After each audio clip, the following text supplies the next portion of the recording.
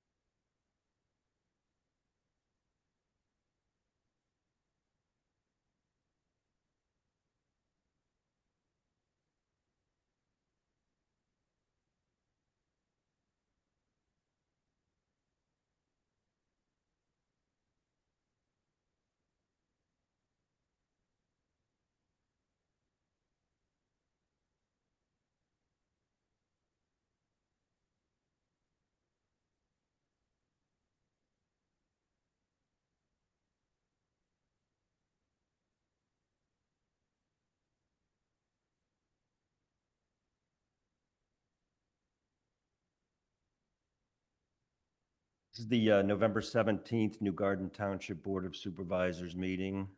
I'll call this meeting to order. Let's everybody please stand for the Pledge of Allegiance. Pledge of allegiance to the flag of the United States of America and to the republic for which it stands, one nation, under God, indivisible, with liberty and justice for all.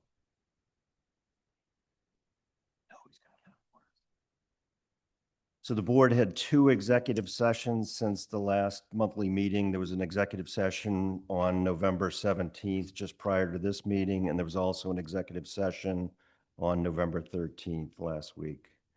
At this point, we'll open it up to public comment. The first public comment will be not on any agenda items, and then we'll open it up to any public comment on an agenda item. So if anybody has any comments on non-agenda items, please come up, state your name and your address, please. I have a couple of, Claire, I have your name here. If you have a non-agenda item, please come up.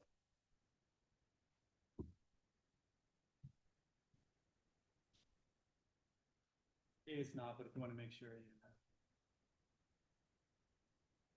know. No?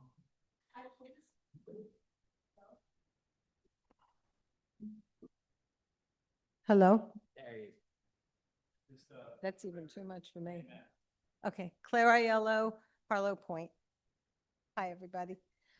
Kind of a little concerned, Planning Commission, I know this is not the Planning Commission meeting, but the Planning Commission sent out an agenda, I think last Thursday or Friday, mentioning that there would be a final decision on the zoning changes 2 days from now on Wednesday, which kind of taken us aback because last month's Planning Commission meeting, we learned of a petition by the landowners about what we had proposed, perhaps for the light industrial Limestone Road area. And we reached out immediately, and we set up a meeting for next Tuesday, November 25th, with a landowner, Michael Pia. I'm not sure who else will be there from the landowners, but certainly we'll have representation from the estates of Harrogate and Harlow Point. So I was wondering if you can shed some light on, like, has a decision been made, or how could they make a final decision if this is still being discussed? Can any of you help us out with that? I can try. So my thoughts would be, we do not control what the Planning Commission does. And I would suggest that you go to the Planning Commission Which, and explain to them what they what the situation is and possibly give them your input for consideration. I do not think they have made a decision on this. That's the purpose of the meeting. They should work through that, and then it will come to us at a later date, next month or the following month, Chris. So the pathway forward for the rest of the remainder of the zoning ordinance is again kind of ever adjusting to the right here as even last month's kind of tabling, if you will, of just the final recommendation. And that's what, it's not final approval, it's the recommendation to have the planning commission recommend to the board the draft, or excuse me, in this case, the zoning ordinance and map. And Yep. then that would go with the zoning ordinance and map at a December meeting if they were to do it this Wednesday. And that would really have the board enact a recommendation for review for 45 days. And then that 45-day period would end. And then in February at a public meeting for the board of supervisors would be essentially the final decision-making for adoption of the ordinance. So we just mistook the agenda for this week. It's not really a final, at the planning commission. If- It's not a final decision because it does have those words, so. If they're ready to adopt it, but they can amend it in that meeting should they need to do so. But the task force was the group that kind of went off to the side again and recommended the reimplementation of the mixed-use corridor function for the Limestone District Okay. corridor. And that's one where they still have to get completely together as a planning commission and finalize that recommendation. Yeah. So that's what Wednesday is about. We were just very concerned that as residents, we thought we were doing all the right things, attending all the right meetings, following the processes, and all of a sudden, we just felt, oh my God, blindsided, like, what did we miss? What did we do? What happened here? But you're saying that we discuss on Wednesday, and there's no done deals or anything. We just have to move along with the process as we've been doing. Well, Correct? if they didn't put it on the agenda and they had decided, they do decide that they're ready and it's ready to go, they couldn't pass it on. So it has to be on the agenda Right. to forward it on to the Board of Supervisors. They don't have to do that, but without that on the agenda, they can't. Okay. So it's more preventive than anything else. Gives them the opportunity, but it is not a done deal. It just needs to be on there in that way if they decide to do it. Okay, great. Thank you all. Any other public comment for any items not on the agenda?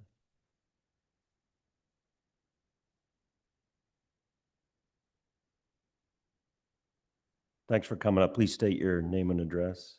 Jim Powers, live at Harrogate North, 240 Crescent Road. A few weeks ago, I met with Chris about a proposal for some of the areas to be developed. And I gave a PowerPoint. I have some copies, but I don't necessarily have enough for everybody here. But basically, I was talking about the commercial development in the new area. And basically, I had just gotten back from Greece and saw what I thought would be an alternative proposal to what will essentially be another strip mall. So it's right now where this location is, it's about 2 miles from Lantana Square. So it would be subject to sales tax on capital goods or taxable goods. Delaware has no sales tax, thereby having a 6%, at least 6% advantage, cost advantage. There's good restaurants in Delaware, other establishments subject to sales tax, i.e. hardware stores, et cetera. And I came up with an idea that what would make a commercial draw to this area. And I came up with a name called Europe PA. The advantages would be unique, wouldn't duplicate something close by with a more attractive cost option, becomes a destination for neighboring communities to travel to. Could be a selling point for residential properties.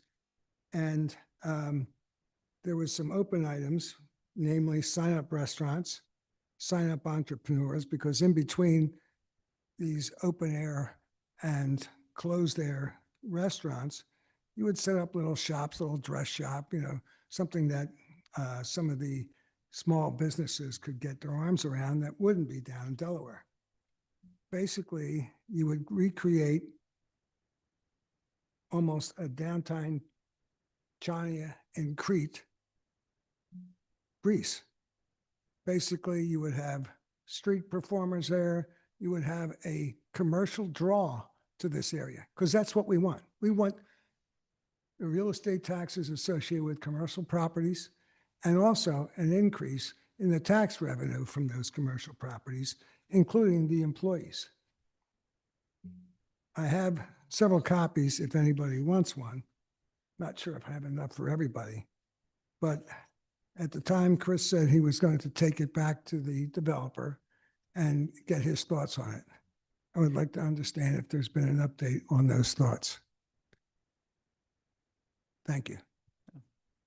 I don't know. if Just in there's- terms of an update, and of course, the Stonewall team is right behind you. I still believe we're very early in the concept planning for what will be the finality of the commercial build-out plan. There's a lot of inroads, but they can provide further updates. But yes, that was forwarded on for consideration, and it's one where still the finality of the plan will dictate what the final commercial was be, with understanding that restaurants, retail, shops, and amenities were of a highly stated item, not just what you're saying, but also in the community survey feedback that we got.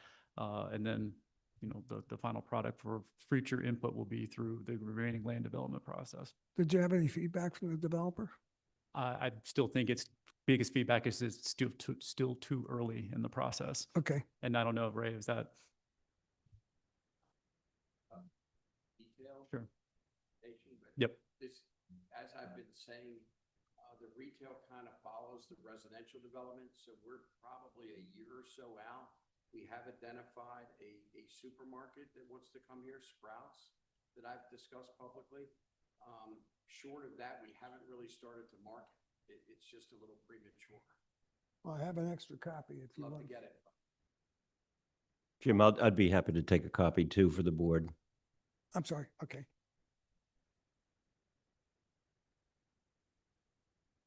Thank you very much.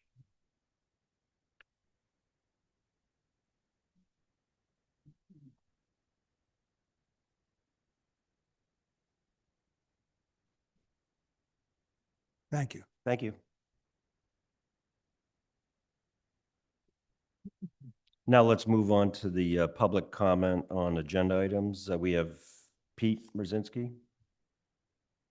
And if anybody else is interested in commenting on an agenda item, please fill out a yellow sheet in the back. I don't know. Maybe. Oh, yeah. Yeah. Hi, my name is Pete Mrzinski. I live at 309 Hyde Park. I have questions on the vote on the amendment to the, I always forget the name of the agreement, settlement agreement. It's my understanding that this settlement agreement was initially adopted in 2007 because of issues between Priet and the township on the development. And it had to do with a number of too many restrictions and all. So this was the settlement agreement. My first question is, well, let me finish. So this is an 18-year-old agreement. And from what I see going on, you're still trying to fit in this agreement today. And as I'm sure you know, you're getting a lot of blowback from residents on the density and traffic issues and all that. So my questions have to do with what are you restricted? How are you restricted by this settlement agreement? My understanding is that the original agreement laid out certain amount of commercial and a certain amount of residential property. I believe your amendment today is changing that ratio, if I read it correctly. why can't you change it more, I guess is my question, which led me to think, okay, maybe there are other issues here that this agreement limits what you can do. It seems to me if you came up with a plan, I assume the original agreement took into account traffic upgrades and all of that and traffic loads. One of my questions is, are you still relying on those traffic studies from 18 years ago? So in answer to that question, there's a new traffic study. Okay, thank you. That was a curiosity. But anyway, is it possible to scale back the size, the density of the housing within this agreement, this settlement agreement? Well, the original agreement was a settlement agreement, Yes, and this is, Priet is still the owner. which I don't understand, but I understand it gets complicated, and the township, so there are two parties. So it is of record, and to amend it, the parties have Right. to agree. right. So why can't you agree to a lower density? Well, because we have a party who is going to develop the Priet property, who wants X, Y, and Z, and you have the township on the other side. It's a settlement agreement. So I understand what So you're the saying. You township don't need- like it, So but the it's, township needs to let the developer do as he wishes no, because of it's a the settlement settlement agreement. agreement. Yeah, no, It's a negotiated settlement agreement. Yeah. that's what I meant. I meant that is the restriction of the settlement agreement. That is that the developer, as long as the developer meets that agreement. No, I'm can go sorry if ahead. you're misunderstanding. That was then and this is now. There was a settlement agreement. This property is subject to that agreement. To move forward, either that agreement has to be developed or there has to be another agreement. I understand. And so this developer is the potential buyer, this developer in So front this of is- us tonight. So he has a proposal, the town. Has come in with the plan. Right. And So it's an agreement. It's not that the township is tied to anything. It is, this is what this developer proposes for that property that's different from the original agreement, and we're modifying that. That's all it is. okay. Yeah, I understand you're modifying it, but okay. Can I just interrupt real fast? Sorry, Pete. I think to answer your question is that once it decreases past a certain threshold of density, it no longer is economically viable to them. I think that's, Well, but the answer is that a developer has come in Yeah. and offered to develop it. right. And so you are working with that developer now to make sure it is within Right. the guidance of the settlement agreement. And if you need to change anything, so if I wanted lower density, I'd have to talk to him. Well, it's also, just to clarify, it's within the zoning. So the zoning under the UD permits a certain level of maximum gross density. Right. My understanding is proved out this is still less than the maximum allowable residential zoning. It's just one where the township has had the UD district intact for a very long time. Hasn't always been a potential outcome of a residential build out of that zoning district. That's what they're proposing. And of course, to mention the fact that that is what's necessarily required to be built to justify all of the horizontal improvements due to the complete lack of infrastructure on that site. So it's kind of like a market conditioned proposal. Now, whether or not that is seen as higher density, yes, because of the zoning district. In difference than the residential low or the residential medium, which are in different districts. To the existing approved Right. agreement, That's, right? that's what I So was it's a looking for. negotiation between us to figure out what we can get for a township versus what they would be willing to change. So we've been Yep. working through that.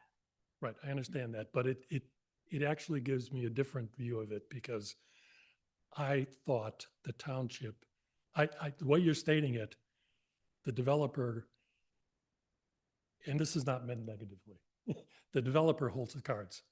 Because as long as he comes in with a plan that meets that settlement agreement, you have to let him do that. I mean, you can negotiate things, Yes. but you can't, Correct, but you yeah. can't stop him from doing it. It is it is an approved plan. And to be honest with you, I voted to purchase St. Anthony's for that reason. I would have loved to purchase this, but in 2007, I personally signed the settlement agreement with Brit. Right. Okay, and there's another gentleman in here, Barkley Hoop, signed it, and I don't see Mr. Parati this evening. My son may have signed it. Right, yeah. I mean, so that they're entitled under this Yeah, no, I agreement, understand that. to- I, and they have to comply with the 2007 ordinance. This has nothing to do with the new ordinance that we're proposing. what I think it clarifies is you can't tell him to do something different as long as what he proposes fits into the settlement agreement. In some aspect, however, 1 million square feet of commercial on that site in today's world is not viable. No, I understand. That's Right. That's why you're amending it. I understand all that. Yep. It's the general issue is that this new one will fit into your amended, which we Correct. both agreed to. Yes. Yes. Yeah.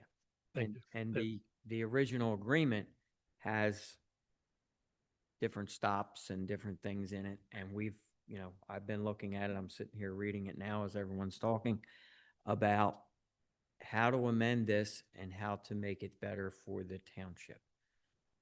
Safer roads, safer access, more improvements. And on the developer's watch right now with the newly updated traffic study, he's fixing problems that PennDOT should have fixed 20 years ago. So does he I have to think. fix all the problems before people can move in? So that's one of the questions I have. Please make him do it. Yeah. No, that's a good question. Thank you, Pete. Thank you. Thank you, Pete. Any other public comment on agenda items? If not, we'll move on. We have no public hearing or recognitions tonight. The next item is, we have two presentations. The first one is on the Mason-Dixon Arc Corner Heritage Interpretation and Community Plan, Connectivity Plan. Chris, I'll turn it over to you. A mouthful. Beth from Brandywine Conservancy is here to brief I guess, there's 4 municipal agreement to settle on a corridor interpretation historic site plan for increasing, I guess in this case, tourism aspects of the Landenberg area around the kind of the narration of the Maryland Arc story. So she will do a lot better ability to explain it than I can. But I think it also lead off, because I think I left it out, kind of the genesis and how long it's kind of been to go through all the planning process, who's involved, everything. And I'm pulling it up right now, but without further ado. Yeah, so as he's already said, I'm Beth Burns with the Brandywine Conservancy. I was the lead planner on this project. And I've been working on this for the past 2 years. We had a kickoff in October 2023. Okay, thank you. To the right. So we've been working on this since October 2023. We had a task force pulled together of municipal partners from the 4 municipalities that we were working with. David Hawk in particular from your Historic Commission has been a really integral component of making sure that New Garden was included and that the sites we highlighted were ones that the Historic Commission especially was already working towards furthering the interpretation. So in general, this plan is the Mason-Dixon Arc Corner Heritage Interpretation and Connectivity Plan. It is a mouthful. It is based on the Brandywine Battlefield Heritage Interpretation Plan, which was done in 2022. Essentially, it's looking at these 4 municipalities to identify sites and create a framework in which regional stories can be told so that New Garden can connect in with London, Britain, connect in with Franklin, connect in with Elk, because you guys have a very unique border story between the Arc Corner or the Arc boundary and then where it meets the Mason-Dixon line. So you guys have a very unique story that we were working to kind of promote and figure out how to tell that. So our plan scope was relatively simple. I know that's a lot of words, and the plan that's in your agenda is also a lot of words, but we were really looking at how to connect this in also to the Chester County Heritage Interpretation Network. It's something that's been identified in their Heritage Tourism Plan, which was accepted in 2024. So how to align this with the county, Especially moving into America 250, it's a great time to kind of tell these stories and also get some grant funding to move this forward. So the county has been looking at doing that.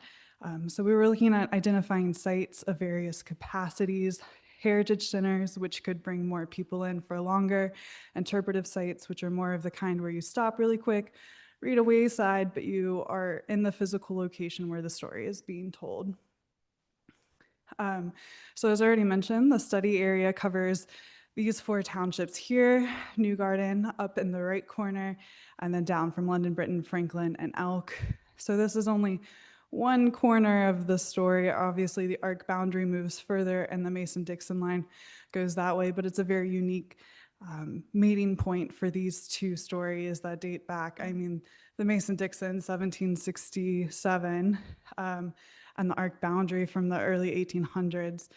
So it's a very great story you have to tell. You guys have a great amount of public land here, and which to also kind of connect those stories. So in looking specifically at New Garden Township, we highlighted the New Garden Township Park as potentially a great interpretive center, tying in the Lyceum building, which I know the Historic Commission is interested in kind of telling more of the New Garden, the local history, but it's a great opportunity to pull in the local history as well as your regional history because it's all very much interconnected, even your local history with some of the agricultural sites, the Quaker. I know the Battle of the Brandywine, didn't they march up the street past New Garden Meeting House? Path to Freedom, you guys have so many of these overlapping stories, which really, in a way, are deeply connected to your regional area. And so with New Garden being our only township that was fully on the arc boundary, we thought it'd be a great way to introduce residents or any other visitors to that story as well and pull them deeper into the region. So that's what we were looking at there. The bottom of the screen shows a general mock-up of what an interpretive center could look like, kind of outside where you already have a kiosk. This is, you know, dreaming big, what it could be. An outdoor heritage interpretive site doesn't require any further maintenance than your typical maintenance of a small kiosk and cleaning. So that's something that we kind of drafted, just a concept to move forward. It's near the Lyceum building, so it all is interconnected. The primary theme was the Mason-Dixon Art Corner, but we recognize that as a very linear theme, there aren't as many sites because there aren't as many public sites on these very thin boundary lines. And so we kind of expanded. We wanted to draw into this. If we're doing a plan, we wanted to include more of the region's history.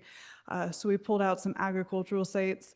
In New Garden, you have the New Garden Meeting House, the Landenberg Village.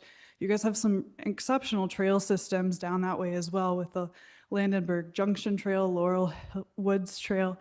We looked at the Mills Race Trail. So how those stories could be told, they don't have to tie into the Mason-Dixon Art Corner story, but how they tie into the regional story as well. And Landenberg Village is just incredibly unique, and you can walk it and then go up the trail. So how to tell that story connected into the Laurel Woods Trail, how to connect it down to White Clay Creek Preserve. There's a lot of great opportunities there. So we highlighted that as a theme that was pretty big in New Garden. And that can be further expanded to include equestrian, agricultural sites, mushroom ag sites, as this plan has progressed or expanded beyond what we've identified. We also looked at connectivity, which in an ideal world would kind of mean more pedestrian-friendly or multimodal opportunities, but in a region such as this where a lot of the sites were further expanded, especially as you can see in the agricultural site tour, it goes from New Garden Meeting House all the way down to Louisville and Elk. So that's not walkable at all.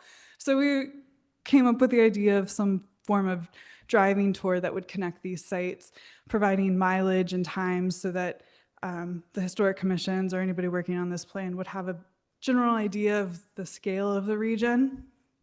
And so we did Art Corner driving tours, less a driving tour and more driving to some more future sites, like the Art Corner Road Trailhead, which is in White Clay Creek Preserve, and a great way to actually walk and see an Art Corner boundary within White Clay Creek. We also had one of our sub-consultants kind of draft up some concepts for branding. One of the comments we got from our task force especially was there's 4 townships involved, how beyond the fact that they're telling the Mason-Dixon or Art Corner story, how are they visually connected? And so we provided some draft concepts just to give our task force townships a feel for what to look for moving forward. And then we crafted an implementation plan. It looks much like a lot of implementation plans and any other plan you have.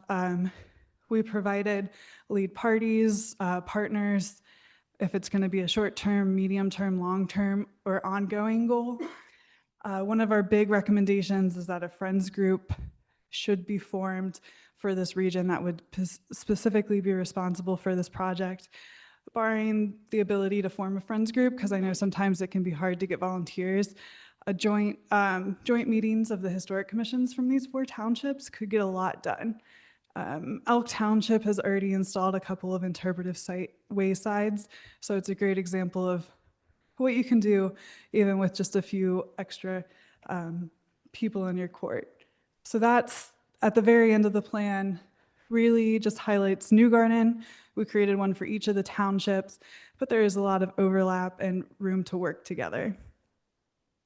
And then before I get to questions, I did want to say that, so we've been working on this for a few years. London Township just accepted it last week. It is a multi-municipal plan, so every township who's involved will need to accept it. The Vision Partnership Program is helping to fund the project, and they've already done the review, and it's in compliance with Landscapes 3, so we're very excited to hear that. Worked really hard to make sure.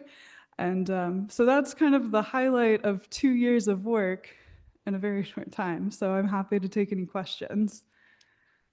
And the full, I think it was like 80-page plan. I left the appendix out because that was a little bit more kind of just slide by slide kind of stuff, but it's in the agenda packet for tonight for everybody to review. So we're just one layered piece into an overall larger piece of the puzzle. Mm-hmm. Yeah, thank you for going through that. And yeah, I paged through the materials. They were very good. And I mean, just to clarify, so you just need our support to move forward with the plan. You're not asking us for any money tonight or anything like that? No. Yeah. Acceptance of the plan is not an obligation by the township to expend funds. It's just an acknowledgement that you've been a part of it and that you accept it and are possibly going to work towards it moving forward. And just to clarify, there's a proposed motion later on in the agenda tonight to formally accept. So give you time to think about it. Great. Okay, thank you. Okay. Thank you. For Excellent. Thank you. Next, we have a presentation from the American Mushroom Institute on the air quality forward update. Chris, anything you want to say before we turn it over to Rachel? No, I have Rachel one more time for a sound check. Can you hear me? I can. I'm going to put you up Okay. on the big screen here so you don't have to worry about that. Okay. And, Rachel has agreed to join tonight to provide updates, both duplicitous with forwards and the ongoing H2S study, specifically AMIs, as we discussed a very long time ago, research-funded grant study that's been coming forward, and just in terms of actionable results for both issues in the township. So I don't think I have much more to say to that, so I'll kind of go ahead and turn it over to you. Great. Really appreciate the opportunity to interact directly with everybody. So I'm going to go through your agenda, Chris. It was good. It's clear. Starting with forwards update. So we're seeing real progress in terms of more tools being brought online and being tested by growers, but data is still the missing link.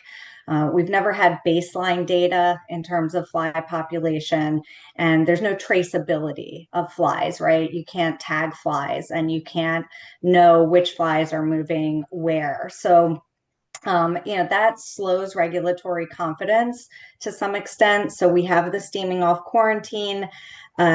And that quarantine is really about a baseline best practice. It is an agreed best practice across the industry that farms should be steaming off. That steaming off is actually a lot more technically strict in order to be steaming off appropriately, right? So some of the things that we've discovered, we've been learning over several months that there were various steaming off practices, and that depending on the type of variety you're growing and how you grow them and the size of mushrooms that you're skewing for your retailer or your buyer, impact what type of steaming off you may or may not be doing. So there's been a learning experience. Department of Agriculture is doing their second round of compliance checks now with growers. And as for the netting that I think folks have heard about, there's this netting that is used as a residential netting in other continents for malaria, and they're using that as insecticide netting. It's called insecticidal netting. That's something that farms are also implementing now, and the pictures are great. Some of the farms that are using it, say it's really effective at killing flies. But again, we don't know what that's doing to the overall population of flies. And some of you may know that sometimes houses have flies, sometimes they don't. It's the same with mushroom houses. Sometimes they have them, sometimes they don't. So we're really attempting to get some better baseline data about forward fly counts. How do we count them? It's not acceptable, obviously, that any house have an invasion of forward flies. There's no question about that. But how do we empirically discover what tools are creating an overall impact on forward fly population? So that update is really more about some of the pressing questions that we have to make sure that the compliance with the quarantine and the quarantine are effective. Air quality update. There's actually two things happening with air quality. The first is the pilot study that AMI got the grant for and is managing. One of the questions was, where's the location? I can't disclose the farm, but it's a nearby representative farm that has its own compost wharf, has a lagoon, and has 6 air quality monitors on it for over a year now. So the technology that we're attempting there, or the tool I should say, is called a geomembrane tarp. One of the things that happened, you had some tariffs, so that slowed some of the importing and raised some of the costs. So we had to figure out how we were going to cash match all of that. But the geomembrane tarp also requires some fixation around a lagoon. Why the lagoon? Because just as DEP found in their prior study, and which is common across ag, is if you have a lagoon, that's where you're going to see your nuisance odors and your emissions come out of, is your lagoon. So the geomembrane tarp would go over the lagoon. This particular farm, and it's called a carbon activated geomembrane tarp, right? The science of the tarp is proven. It's not a question whether the tarp will have an impact or not. The question is really, how do we make it work on a mushroom farm? So one of the things we learned is that this particular lagoon, and some lagoons, will need a curb to be built around the lagoon so that then the tarp has something to be affixed to. So that's what's happening in that pilot study now. Question on cost that you asked is going to end up being about maybe $35,000 or more to get the tarp and get it in place. And then probably at least $15,000 a year annually. But that's as of today, right? We've got to get this curb installed. So those numbers could fluctuate. So I'm estimating what would be a safe amount, because that was one of the questions on the agenda. What else? So other air quality mitigation, so that would be your small farms. Let me be clear. Small farms and farms that do their own composting, we think would benefit from the geomembrane tarps because of the lower relative cost and the ability to update those geomembrane tarps on what we think would be an annual basis.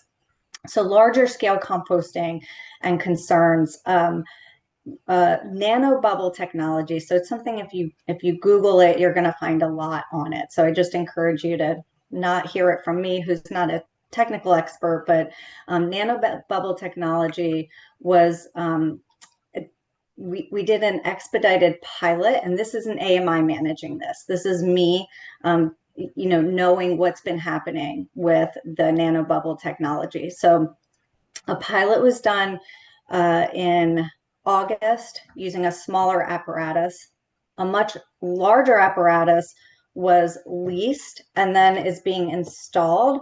That was between August and September. So that now is installed and is working and is being tweaked.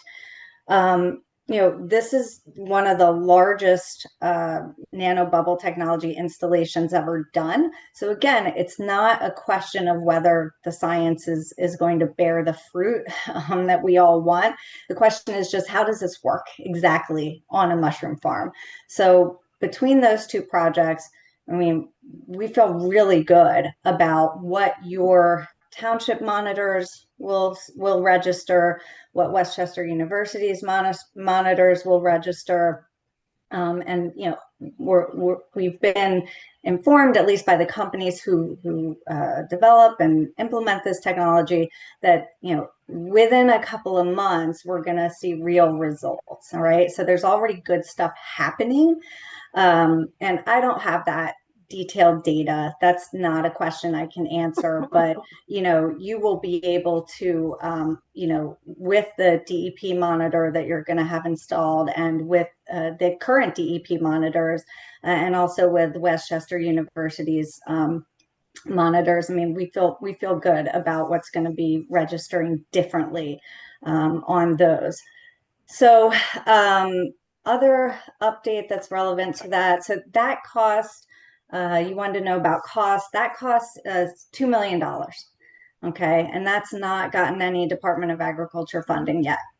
All right. And the annual costs of upkeep with that apparatus, as of right now, not known.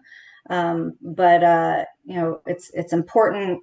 The results seem good at the outset, and we will continue to update as we can, but also you'll be able to just check with the trusted independent monitors that you're already relying on. Last piece I wanted to update folks on was water quality. We're in the final stages of getting NRCS approval for $12.4 million. We've been working with them since 2020, with them and with the Conservation District to get, it's called Appeal 566. This, for the first time ever, we got mushroom compost wharves accepted as an eligible project under this particular NRCS funding, all of which is funded under the Farm Bill. And that $12.4 million will go specifically to compost wharf improvements. So again, along those lines of watershed, airshed, just the holistic approach. We're really excited about that. That's in the final approval stages. So that just means that once USDA and NRCS have their final approval, they'll be able to start issuing the project itself. Last bullet here for you is post-project monitoring. I mean, the farms already monitor for OSHA compliance, and I would have to ask that question. But again, I just encourage people to, check with your DEP, with Westchester, on what they're registering. And, I think we're all going to be happy about what we're learning from those monitors. I tried to keep it short. If anybody wants to know more, wants to know why certain things are working, why they're not, what are the nuances, you can always reach out to me. My email is on our website, americanmushroom.org. Questions? Thank you, Rachel. Yeah, why don't we open it up to questions from the board?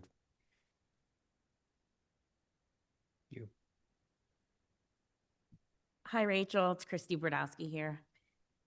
Okay. I just have a couple of general questions. So it's just something that's kind of like just makes me a little curious. So you're AMI and you represent the mushroom industry as a whole, certain local, like who do you represent, if you can share? And are there gaps to who you're working with, just so folks can have a better understanding of like your reach? Yeah, that's a great question. I toyed with doing a bigger introduction, but I don't want to take up time. I haven't been allocated. So American Mushroom is a national trade group association. So we're a nonprofit. We're a volunteer organization, meaning the committees are all volunteers. They're growers and suppliers and inputs companies to the industry. And we are funded by grower dues. So depending on how many pounds of mushrooms are produced in a year, that's how our organization is funded. And we have very large producers in California, Texas, Oklahoma, Washington, Oregon, Wisconsin, Tennessee. So one of the things we have in particular for subjects like this is a lot of perspective and a board that has a really broad perspective on these things. And yet, when it comes to Pennsylvania, understands that this is where the most farms exist, and anywhere between 50 to 75% of production every year comes out of Pennsylvania. So how are the Pennsylvania growers represented differently from the national board? Our largest committee is the Mushroom Farmers of Pennsylvania. So not only is it a committee of American Mushroom, it's also its own budget and its own membership. So you can be a member of the Mushroom Farmers of Pennsylvania and not be a member of American Mushroom. But if you're a member of American Mushroom, you're automatically entitled, if you're in Pennsylvania, to what we call MFPA information. So what are the gaps in membership? In Pennsylvania, we've tried to get at that. It's at least 90% of growers in Pennsylvania are MFPA members, Mushroom Farmers of Pennsylvania members that are part of American Mushroom. What about the other 10%? Well, if you're defining grower by mushroom house, you might have a few different growers who sell into one mushroom house business that sells into one mushroom farm that sells into a larger packing operation, for example.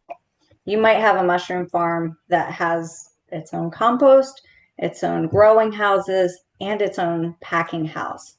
So within those various structures, not every business entity that is growing, producing, packing, selling mushrooms is a member of Mushroom Farmers of Pennsylvania. But there are very few of them we don't know about. So they may not be paying us, and we might not be getting detailed feedback and input from especially those who sell into, right? Because a lot of the farms sell into each other, as we say. But we feel confident when we speak on behalf of the mushroom industry that nationally you're talking 95% minimum of mushroom growers, but in Pennsylvania, even more than that. But if you scope out, we certainly don't know all of the owners of all of the individual mushroom houses, or some of them are leased, for example. I mean, there's a lot of that can be frustrating in terms of, clean and clear identification. But it's also kind of cool because there's a lot of elasticity and opportunity. So you might have some mushroom farms who really want to keep certain employees on board and see them improving, see them taking an interest. Well, they can then say, hey, you know what? I'm going to lease this house out to you at a zero lease or at a really small lease. And whatever you produce out of this, I'm going to give you that share of the profit. And you could become a mushroom grower one day. So there's elasticity, but there's also some areas where, we don't know. For example, all the mushroom houses, we know where they are, we know where they're located. We don't always know who's operating them. I think that this is helpful because, obviously there's a forward fly issue, there's a hydrogen sulfide issue, right? So just understanding, who you represent. And then my other question is this afternoon, SAPI introduced House Bill 2034. Does the mushroom industry support this bill? I don't know if you don't speak for the entirety of the industry, but of those that are members, is this something that you support and in its totality, or just partially? Yeah, that bill was it was kind of dropped late Thursday and then circulated Friday and voted on today. So it did quickly make it out of committee and, made it through the House. The position we decided to take on that, again, fairly representing a larger part of the industry, is that we were concerned that it was sending a message that everything in the bill wasn't already happening. We've been trying really hard to get our voice out there and say, look, here are the things we're working on. It is slow going. There is one entomologist who, can't work with every farm. When it comes to air quality, we've been trying to put out the good news for a few months that things are moving along and things look like they're going to work. So our position was, we understand the bill. We think it's premature. And of course, every farm has a best management practices plan. That hasn't heretofore included, nuisance odors or air quality. So there's room to formalize that and pull that all together. So we didn't really fight the bill, but we did say we had some concerns with what it was implying just by being a bill, and then also that we were already doing so much of what the bill calls for and would like the opportunity to continue doing that.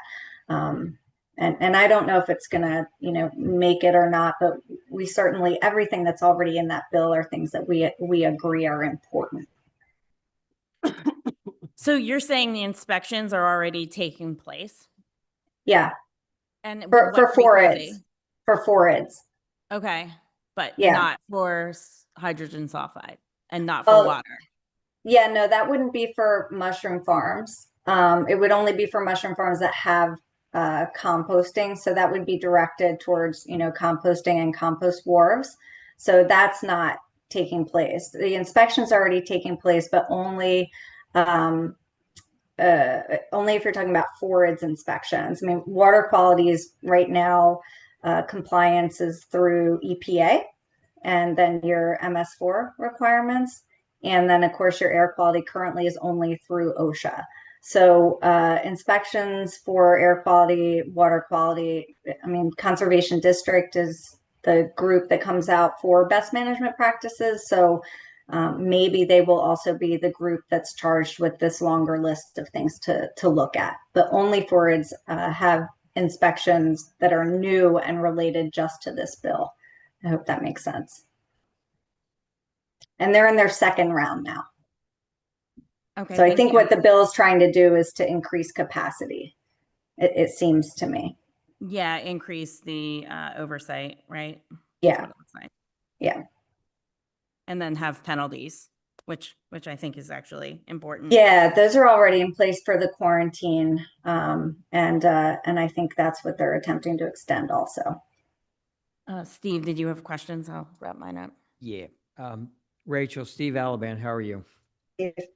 Thank you for coming. So I just want to focus on the HS2. I think what we have in New Garden Township is 1, 2, 3, 4, 5, 6 composters, but they're operated by 5 owners. Does the AMI represent all 5 of those? Yeah, they're members of the Mushroom Farmers of Pennsylvania, and they pay in as composters.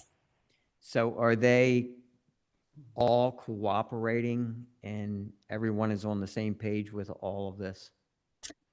It would be safe to say that 5 are looking at the 6th and are grateful that the 6th has the capacity and the bridge loan and all the things we put in place for them to do the testing, and based on the results are interested in putting the same tool in place. Okay, perfect. The other thing on the House Bill 2034, there were 3 representatives that did not vote for that. They are listed online if you look it up. I would hope that if you are having a problem with Ford flies and or hydrogen sulfide, you would question why they did not vote to advance the bill out of the committee. The bill did pass 26-3. So it is advanced. And as I understand it, maybe you can help me confirm this, Rachel, this would authorize the Pennsylvania Department of Agriculture to oversee the random inspections for best management practices, as well Yeah. as for the hydrogen sulfide as well? I don't know the second part of that answer, but it appears to me that the bill is putting this under the Department of Agriculture, but I don't know for sure, Steve. Okay.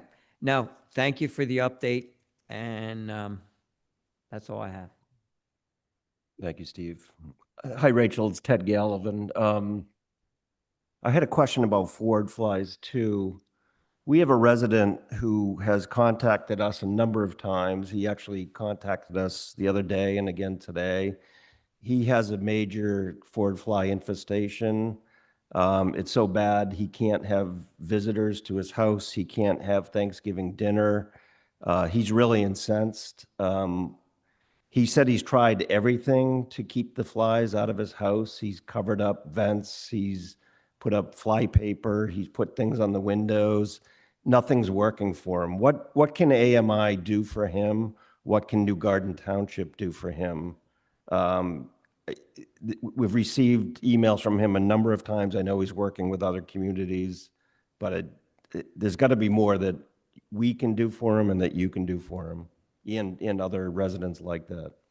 I'm so glad I get a chance to respond to this question. I think we're responding to the same resident. I responded to him 3 times over the weekend with, very long emails, just attempting to give context, not as excuses, but as, to help people feel that this is complicated. That complicated isn't a no. It's not a pushback. It's just truly complicated. So I think we're responding to the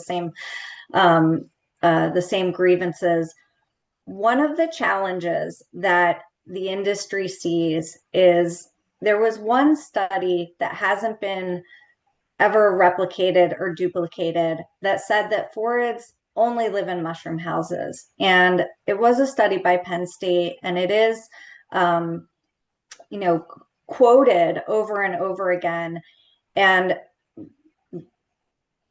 as an industry with the growers, what they tell me is when they're in their mushroom growing houses, and especially those who have heavier populations, they see the flies all over.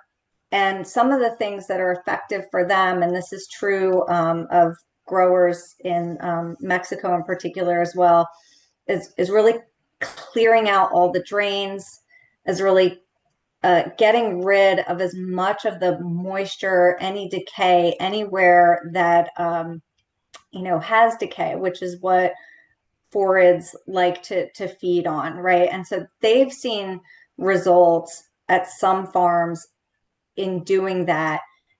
And my point is, we would love to see more studies that can answer that question. Why are they in some places and not others? What are the common denominators?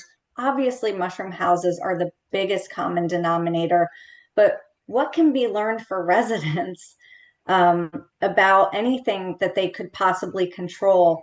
I talked about those nets as being developed for residential because we would love to see those nets in the hands of residents in ways that can help the residents. They're only for residential use in other countries. We've brought them in here for the growers. The growers are testing them and using them, but can we get those nets, in use for the homeowners? So NC State Extension, for example, they do research on forids, and their advice to residents, which we have on our forids page at American Mushroom, is just that. It's to check if there are any cracks in the concrete under the house, is to look and see if there's any type of drainage issue or places that might not be obvious that have some decay or some matter that might be beneficial to the forids. Again, I'm not saying they don't come from a mushroom house. What I'm saying is there is some room to better understand these flies and their behavior And as far as we know, there's one study that said they don't really live anywhere else and they go into residential homes to die. We get messages from residents that are the opposite of that information, and they feel like it's getting worse for them each year. And again, without traceability and being able to tag flies, we're unable to say, oh, that's because this house had a huge problem this year. So that's the long answer to your question. We're not sure. We would love for research to be done for residents in particular. And NC State Extension does have some information about what people can do in their homes. And it really seems focused on some of the infrastructure that might be subject to moisture retention and possible decay around that. So that's a long way of saying I'm not sure, but it is, I mean, it's really tough getting those emails. Thank you, Rachel. Any other questions from the board? We can open up to questions from the residents. If anybody, if you want to come up and introduce yourself, name and address, please only ask for things that we haven't already covered. Thanks, Don. Don Morgan, 105 Brookline Court, Hartfeld. I'm asking this for Professor Chaina. I was present at a meeting between Professor Chaina and Sappy, Representative Sappy, in which she suggested on the agricultural grant and study that he talk with our guest here tonight, because she was going to cooperate with the testing.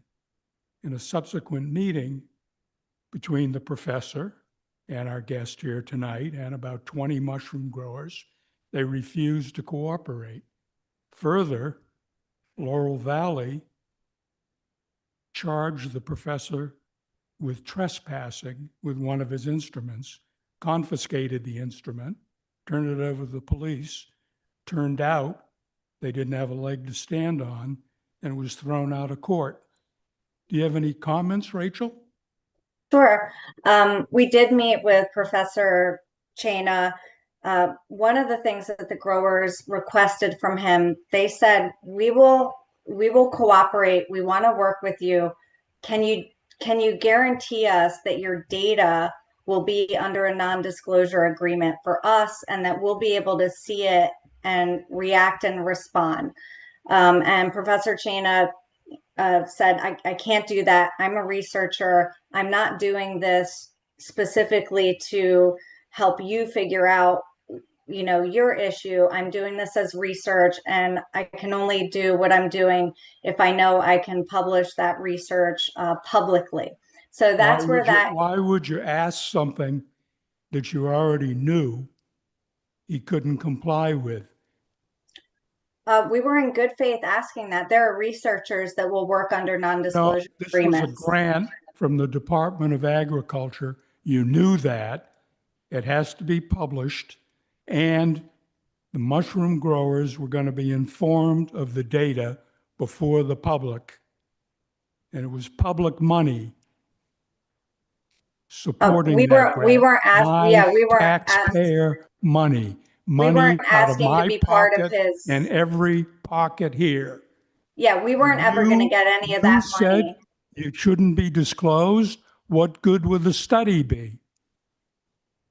The intention was to learn from Professor Chaina. He had come to meet with us to say, I think I can help you. I think I can help you improve, you know, where the air quality issue is from. And what the growers were already clear on. You didn't know that that wouldn't comply with the grant from the Department of Agriculture? Is that what you're telling me?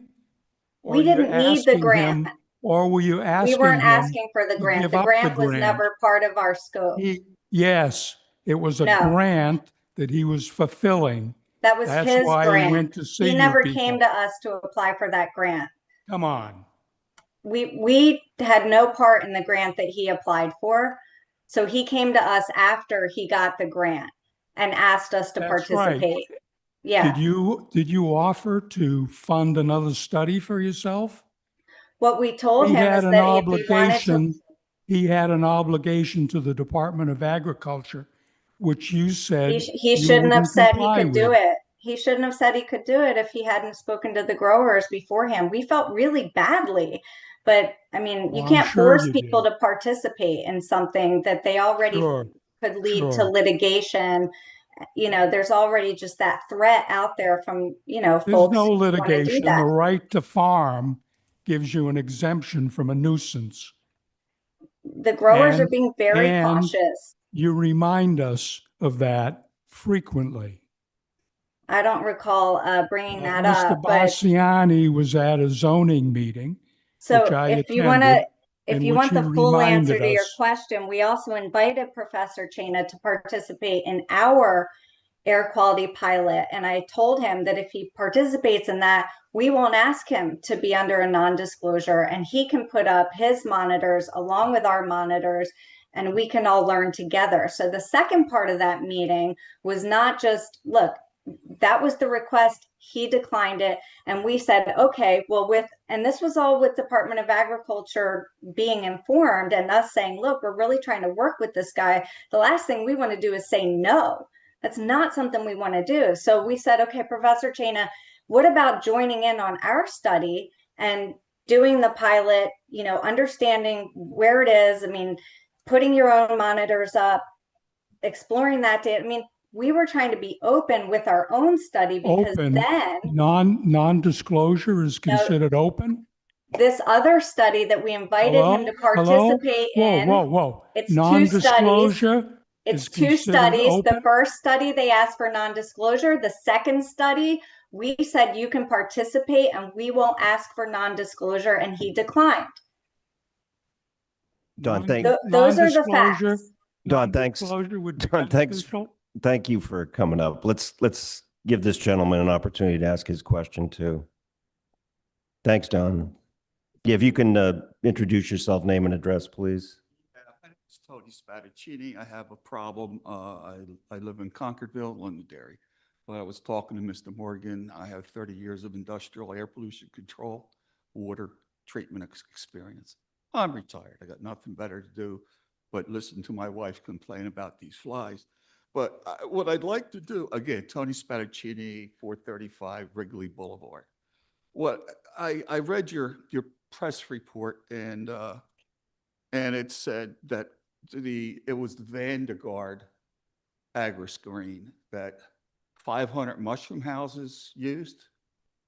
So Vestergaard, so between 19 and 20 farms representing up to 500. Up to 500. But I've read Yeah. other places that there's over 2,000 mushroom houses in the Kennett area. So basically 25% of the mushroom houses complied. Well, it wasn't a compliance. It's voluntary with the okay, nets. but So on they have to buy them and they Alright. have to train labor and then put them in there. And not every mushroom house has the same level of flies and doesn't have the same level of flies that rise to Right. the occasion of using nets. So it's to manage that expectation. The nets would not go into all houses because not all houses need them. So why are you, let me just talk, you don't have to respond quickly. You're offering solutions, but they're unattainable. By unattainable, I mean the mushroom industry has a low workforce. Now, from calculations, I figured there's 7 cycles per year. They go in, take the good mushrooms out, put a new bed in, every 7 weeks. So it's times 2,000 mushroom houses. That's 14,000 changes. Where's the labor going to come from? You know, you make all these promises. The other thing too is you said before that you don't know who's complying really. Yeah, and the most important thing is the steam pasteurization. Believe me, in the 70s, I went up to Connecticut and I saw a mushroom grower. He had a rotary drum dryer and he was putting his soil through the drum to kill the larvae and the bad guys in it. This was back in the 70s, okay? Now you have steam pasteurization. That makes sense to me. But you mentioned that 100% of the growers have to do it to meet some successful outcome, you're not indicating that everybody's going to, it's expensive. I'm sure it's expensive for them to hire people to go in there and cut the mushrooms out. And now you're going to say, hey, you got to put these nets on, take the nets off, spend 3-4 hours steam cleaning the beds. Where's the workforce going to come from? What you're saying is 2012, was it diazidine? Was it Diazepam. pesticide? Okay, thank you. Was canceled. People have said the forward flies have exponentially grown. 2016, Penn State got involved. I talked to the extension. I know they started in 2000. 10 years later, no results. So you got the DOE, or Department of Agriculture, doing this. They don't have any power. Why doesn't the PADER or DEP, it used to be the DER, get involved? They mandate 3 insects: mosquitoes, sickness; ticks, sickness; black flies, nuisance. So why not add forward flies to that group? You understand? I predict in 10 years, there's still going to be a problem with the forward flies, and still going to be a problem with these poor people sucking in this H2S fumes. Put that in your pipe, Rachel. Well, thanks. Again, we're really, optimistic about the air quality pilots that are being done and the results that are already being shown. And we don't do the tool development. That's Penn State. I think you're conflating Penn State and American Mushroom. Penn State is out there talking about the tools and their idea of the promise of the tools. 2,000 mushroom houses, again, there are a lot of nuance, right? They're not always all being grown in, and they're not all growing the same level of mushrooms. They don't all have the same size, and the nets are not going to be a silver bullet. We never said that the steaming was going to be a silver bullet, and that came from PDA. So yeah, this could be a persistent problem. I totally agree with you. My name is Ron Lupo, and I live in Landerberg Hunt, right behind this building. I read this House bill, the 3 major points. I've never seen anything so generic, and it's nothing new. It's just basically verbatim the last time you were here. And I regret you not being here tonight. Are you at your office over there across from Lowe's? Why couldn't you be here? There have been threats made to certain that's people. We are very calm people. Come on. No, this is just a policy of our organization. If threats are made, we have to be Here's safe. a novel idea. We call a policeman in here to stand guard if that's how threat you felt. It's a policy for safety. I don't like participating in this type of conversation, talking to You're welcome to come visit any. right here. Rhonda, do you have a question for her? I got a lot of questions for her. Okay, let's go. What are you going to do with the fine money when they get fined? You're going to put it in a trust fund of some type so you can replace and repair all our air conditioners in our neighborhood that have run up to $30,000 and $40,000? That's Department of Agriculture's money. That's not our money. Well, we wouldn't touch any of that money. And what does random mean? That's the most generic word. It's open-ended. How random are you going to test these people? How are they going to be? Are they going to be notified? This is not our bill. We're not Department of Agriculture. I'll tell you, what you did tonight, you could have just stayed home and you did stay home actually, because this is verbatim from the last time you're here. I heard nothing new. It's not. We have new tools that are being tested, especially for air quality. And the last meeting was not about forage. It was only about air quality. Well, all I've gained here is a lesson in futility tonight. I should have stayed home because again, there's nothing new that you have said that would comfort anybody here. Now, I'd like to know another thing. What is your background in mushrooms? What is your resume? Other than the fact, your resume, what actual background do you have in this field? So I represent growers that grow mushrooms. Yeah.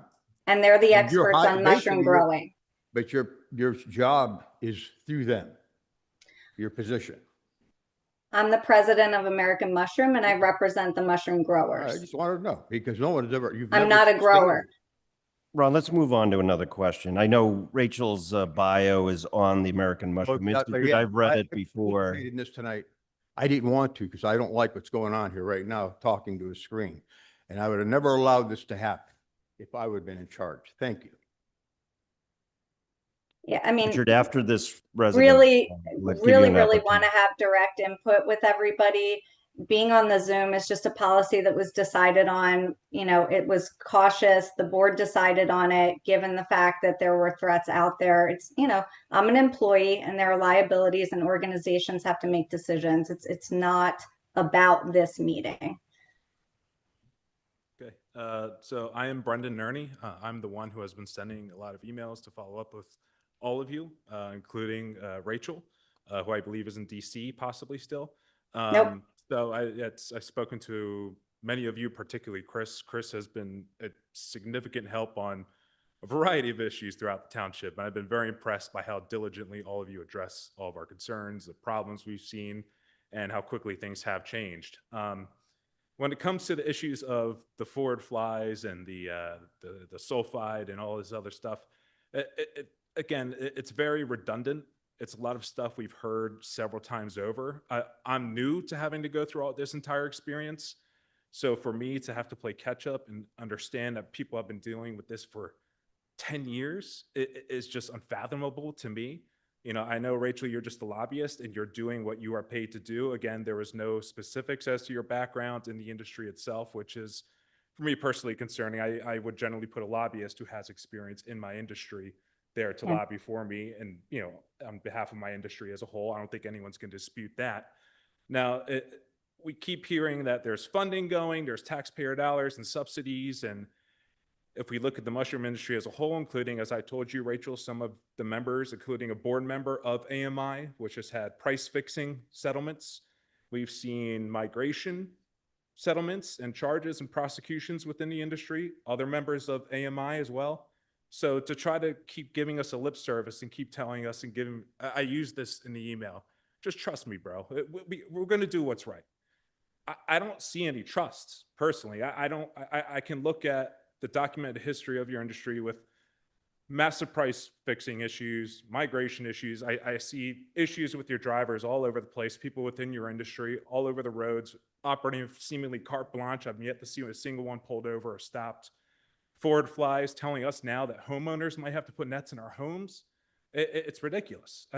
Why should I have to pay any more? I caulked on my windows shut. I've put mesh screens in my HVAC system in every single vent. I've had HVAC pros out probably 2 or 3 times now, and I've only been here for 3 years, 2 or 3 times in the past year, because now I have leaks on the coils outside from, you know, the byproduct, again, from your industry. So we keep hearing we're doing the right thing. We're not sure. We need more data. It's been 10 years. At what point do people come to the realization that there's a problem and you can't just keep throwing money at it or keep taking these empty, hollow promises with no tangible results and actually do some type of enforcement, whether it be another, you know, superficial angry letter or state of emergency being sent to Harrisburg, SAPI coming up with a bill that has no real teeth to it. There's a lot of bark, but no teeth to actually take action against the industry, hold anybody to account, get any kind of money or compensation to the people who have been losing tens of thousands of dollars every year trying to heat and cool their homes. I just feel like I'm talking to myself at this point. And I feel like when I hear Rachel talk, again, it's generic stuff I've heard. I brought up stuff in the email talking about, you know, you guys are worried about, you know, communication with the public and working with us. I told you have one of your board members, which was caught with the price fixing issue and all this stuff. I think that is not a good look. Personally, I wouldn't have somebody like that on my board with that kind of public face. Again, I just don't have much confidence in anything you've said. We've had no timelines. I've gone out there. I've been with Mike. I went through the entire grow facility with the nets. I see how simple it is. It rolls out on top of the tarps, rolls back up with the tarps. It's kind of just blended in there. They can easily bring it up or bring it down. They're allegedly good for a year straight. I've seen the impact it has had. The smell has been a lot better for certain facilities. But if not everybody's complying, at what point do you guys just go in and shut these houses down? I mean, that's what needs to be done. I know, Chris, you had mentioned to me that there is a plan to kind of tackle that 1 acre exploit that they can get around and kind of get into the commercial side of that and kind of take it on from that way. It's not just a little family grower, it's a commercial business, possibly do an ordinance for that. There just has to be some type of accountability beyond just having meeting after meeting and a Zoom call. Again, everybody who I've seen complain in Facebook groups or social media, it's mostly people that are older than I am. Certainly no threat. You know, I don't think the gentleman who just spoke was any threat. I don't think I'm a threat. I mean, I'm That older. was never implied. But That was again, never to say that implied. you're so concerned, but you can't come in person to actually just speak with us. If you wanted the entirety, and I'm sure Chief Greenwald would be more than happy to set aside 2 officers if he felt threatened, give you right to and from your house. I mean, to just speak to us. Come in person. I won't talk to a screen either. I don't like, I work in tech. I do all this crap all the time. I tell people the same thing. I don't like talking to a screen. So again, guys, like, at what point are we going to realize that something has to go beyond just money, studies, research? Just drop the hammer. Shut these facilities down. Once permitting processes come into place, don't issue the permits until they're compliant, until people don't have to deal with this crap in their homes, until my in-laws have to stay in South Carolina because they can't come up because there's, I don't want to use a profanity, but there's flies all over my house. You know, at some point, what's it going to take? I get they're a big industry. They bring a shit ton of money to you guys, of tax revenue, but at the same time, you guys want to develop, you know, if you guys are any developers here, good luck. I hope anybody that moves into your properties doesn't go through what we're going through, because I'm telling you right now, the values of those properties should not be anywhere remotely to what they may be once they open. So nothing else to say. Thank you all very much. I appreciate it. Thank you. I did want to respond to 2 things. The first is that Vestergaard nets weren't made available to farms until September 2025. So they have not, Vestergaard nets haven't been around for 10 years. The air quality issue was first discussed with members in New Garden Township and the industry in 2021. The air quality issue is also not a 10-year issue. And yes, it is just a simple fact that when diazinon was taken away in 2012, there was an urgent effort to get Penn State to find new tools to deal with FORs, and that just hasn't happened. But air quality came up in 2021 when we all sat down with Christina Sappi. So we have been working on that diligently for 4 years. And as far as the Fords go, it's been really difficult since we lost the one tool we had that worked against them. The nets just came in September. Folks are trying them. Those who are using it say it's effective, but it's not happening overnight, and we're not sure that it's a silver bullet. That's all I can say, is to manage expectations. Hi, Rachel. My name is Susan Moon. I'm a resident of London Britton Township. I want to say, just woman to woman in front of all these people, I understand feeling threatened.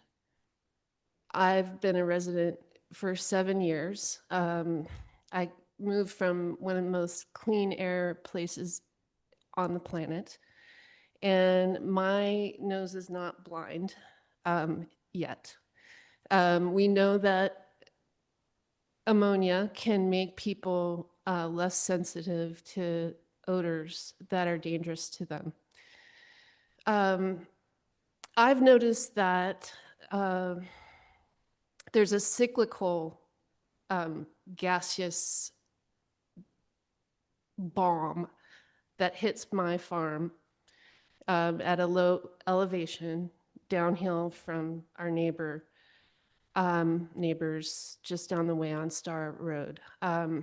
And I'd like to hear from you, what causes that cyclical stench? You talked about lagoons and covering them with various tarps and nanobubbles. Is that a continuous kind of emission that we're talking about controlling, or is there a reason why we're experiencing this odor on a cyclical basis? So the odor largely comes from composting. So the compost has all of the recycled ag byproducts that are all thrown together. So much like you would compost in your backyard, they're doing this at a large scale. And so that's where the odors are coming from. When DEP did the study, what they saw were that there were some peak emissions in the middle of the night on certain days. So in terms of cyclical, the cycle is going to be when composting is happening. And like Steve said earlier, there are several composters around, so it depends on what composter is doing what. Right. So you represent these composters. Excuse me, I just want to use up my time wisely. And you're saying that the controls would be on the lagoons. And I understand that we're dealing with a lot of different chemicals. Some of them are regulated by OSHA and other agencies, such as H2S. There are some that aren't regulated and are noxious. So you're saying that the cyclical odor is coming from when the bulldozers are pushing the compost around, is that correct? So it can be different parts of the composting process, but compost has to be turned in order for it to be aerated. Yes. Thank you. And so that, when that's, again, just like a backyard compost, when it's turned, that's when you're going to have odors come out. Separately from the smells, DEP was monitoring for air quality. And what they saw was in the middle of the night exceedances, or I should say spikes, that were happening. It was like on Tuesdays and Thursdays. I mean, it was, Steve, maybe you remember that. But what they also found is that when there's an air inversion, these odors can just hang in the air longer. So what the reason not all smells are related to, anything that would be hydrogen sulfide, right? So sometimes you just have heavy smells from compost. Where DEP felt there was room for improvement were the lagoons. And this is across agriculture, dairy farms, poultry, wherever there are lagoons, right? And this is with septic, this is with municipalities. You're telling me that the H2S is not produced in the compost piles? Levels of concern that DEP brought to the group were happening in the middle of the night, and they felt like what they were seeing was from lagoons. I mean, you can ask DEP that question. It wasn't our data. So what is the lagoon covering going to? So you're telling me two different things. There's a spike from the lagoons in the middle of the night, or a spike from bulldozing compost piles? Which is it? So what DEP said is they believe it's from the lagoons. That doesn't mean that odors, you first asked about the odors and the balm, as you called it. So the balm I'm talking about is going to be from compost. Any area of concern that DEP identified was from lagoons. So what I'm getting that answer the question? Yeah, I understand what you're saying very well. I am a farmer. And my point is that the mitigations that you have mentioned, the covering of the lagoons, may not address H2S emissions and other emissions that aren't regulated from the composting turning activities. And those are, yes, happening in the middle of the night. I'm well aware because I'm woken up by that, as is my young child. No, I don't know if there's turning in the middle of the night. I do. DEP monitored. Okay. I don't know that. So that's not what I was saying. I know because I wake up and I go and check it out. And I'm sorry, but your statement about feeling threatened, I want to say that this. I didn't say I felt threatened. This is my time. I want to be clear for the group because it's a widespread grievance. A state representative had a death threat. I want to give Richard a chance. And because of that, so somebody was actually I want to let you know this problem has been going on longer than since 2021. I've been here for 7 years. I know it went on before me. And anytime I ever mentioned it publicly online, I was harassed mercilessly by, I don't know who, truckers in the industry, people on your payroll. I don't really know who they were, but I get the feeling. I know why you're there, and I feel rather nervous being here right now for the same reason and exposing myself. Because every time I have spoken up, I've been treated very badly, okay? And we're smart. We get what's going on. I just want you to know that the optics could work in your favor if you did the right thing. So thank you very much. Thank you. Thanks for coming up. We're going to cut it off after Richard. Thank you, Richard. We just have a number of other agenda items to get through tonight. Sure, I'll be quick. Thank you very much, Mr. Chairman. Question for Rachel. Richard Gaw, Chester County Press. Rachel, will the air water quality measures and from these studies with regard to geomembrane tarps and nanobubble technology be shared with local residents and subsequent municipalities? What I'm suggesting is let's let the DEP monitors and the Westchester University monitors share the new data. That's a long way of saying I'm not sure if the folks who are using the nanobubble technology are going to want to share their own data. That's just not a question I can answer.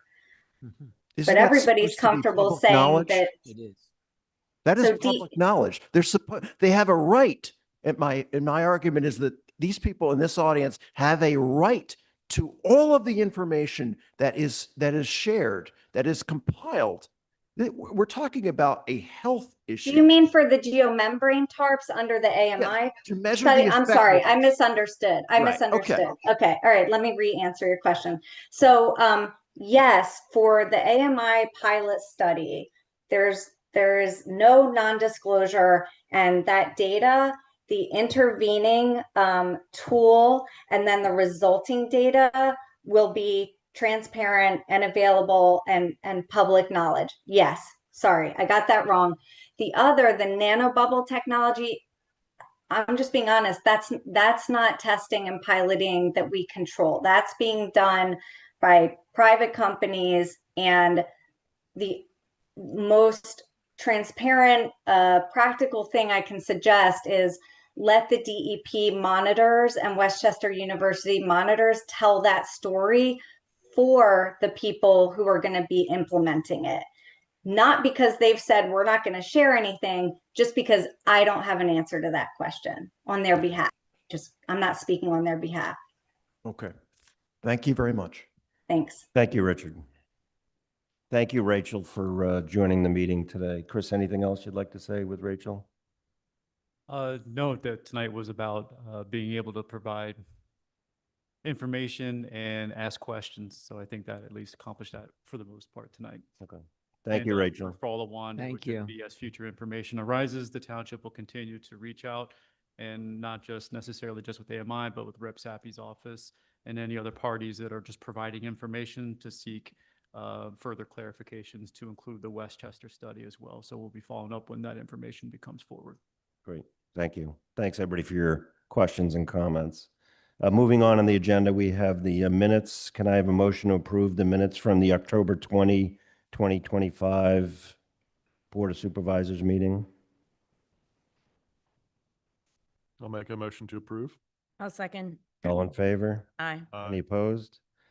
Ayes have it. Moving into the treasurer's report, can I have a motion to approve the paid invoices in the amount of $22,980 and unpaid invoices in the amount of $228,546.23? I'll make a motion to approve the invoices in the amounts you cited. Is there a second? Second. All in favor? Aye. Any opposed? We have no public safety report. The monthly department report is in the meeting materials. Chris, any comment on that? Anything you want to add? No comments in there, though. There is an update.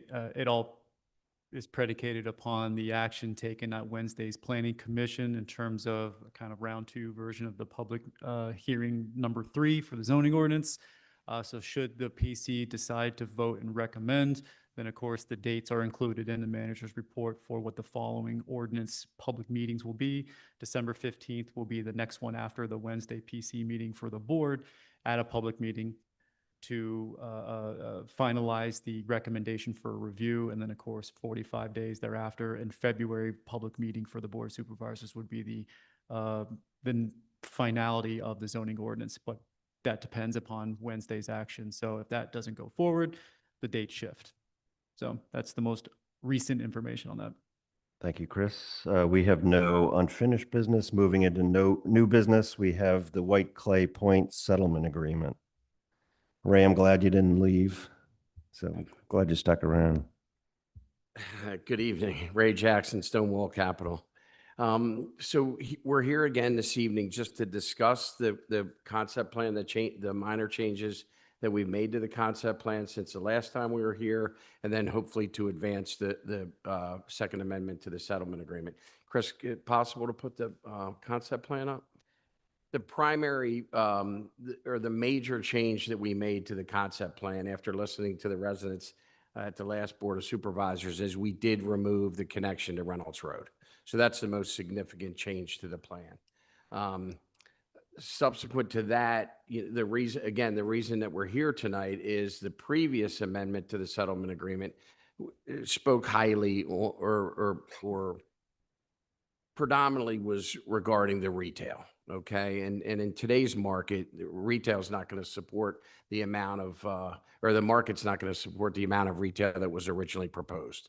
So we've landed on a concept plan. As previously shown to you all, we've made proffers to the township with regards to the settlement agreement, and we're here to discuss that and hopefully hammer it out. So that's the purpose of us being here tonight.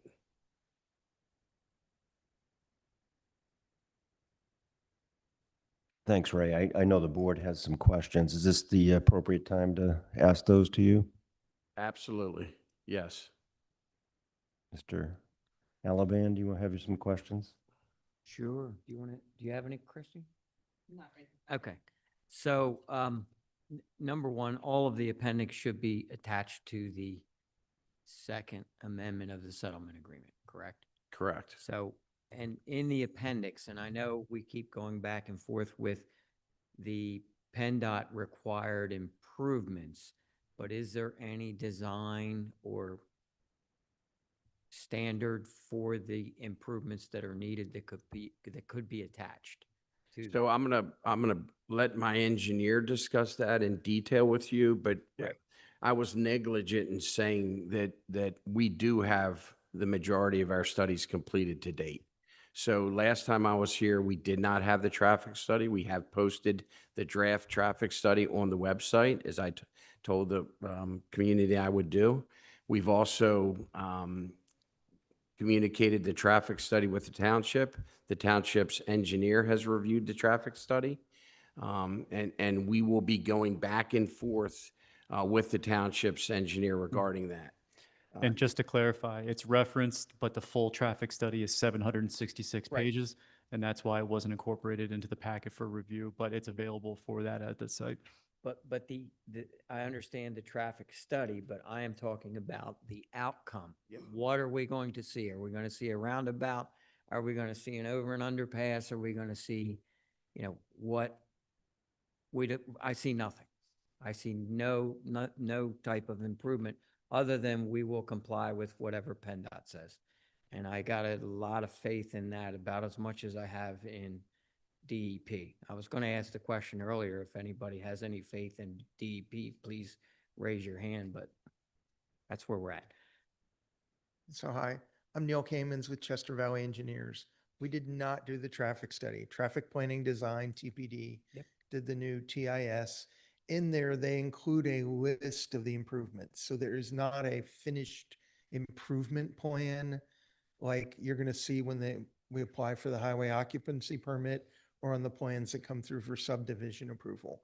But for instance, at the main intersection, it proposes a traffic light, dedicated left and right turn lanes and 2 through lanes in each direction.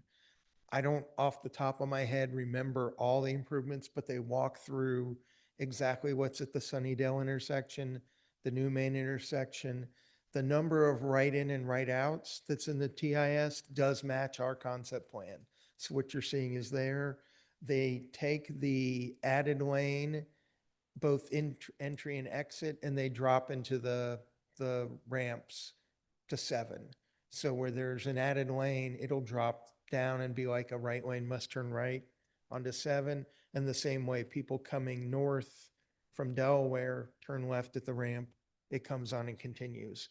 So that's the gist, but it's the TIS spells out what improvements they used in the study, but we don't have the complete picture of everything. I can just say we do have the picture. It's on page 55 of, if you go under studies tab. Right. In the White Clay site, you Yeah. go into the traffic study, go to page 55, you'll see it. Okay. And let me elaborate if I could. What happens then is the traffic engineer has to design all this. There's still a long, elongated process. So the pictures that show what it's going to look like, that comes after the fact, after we've had the conversations with PennDOT, after the township engineer has interjected their thoughts. This is an elongated process, probably a year or so. Or more, right?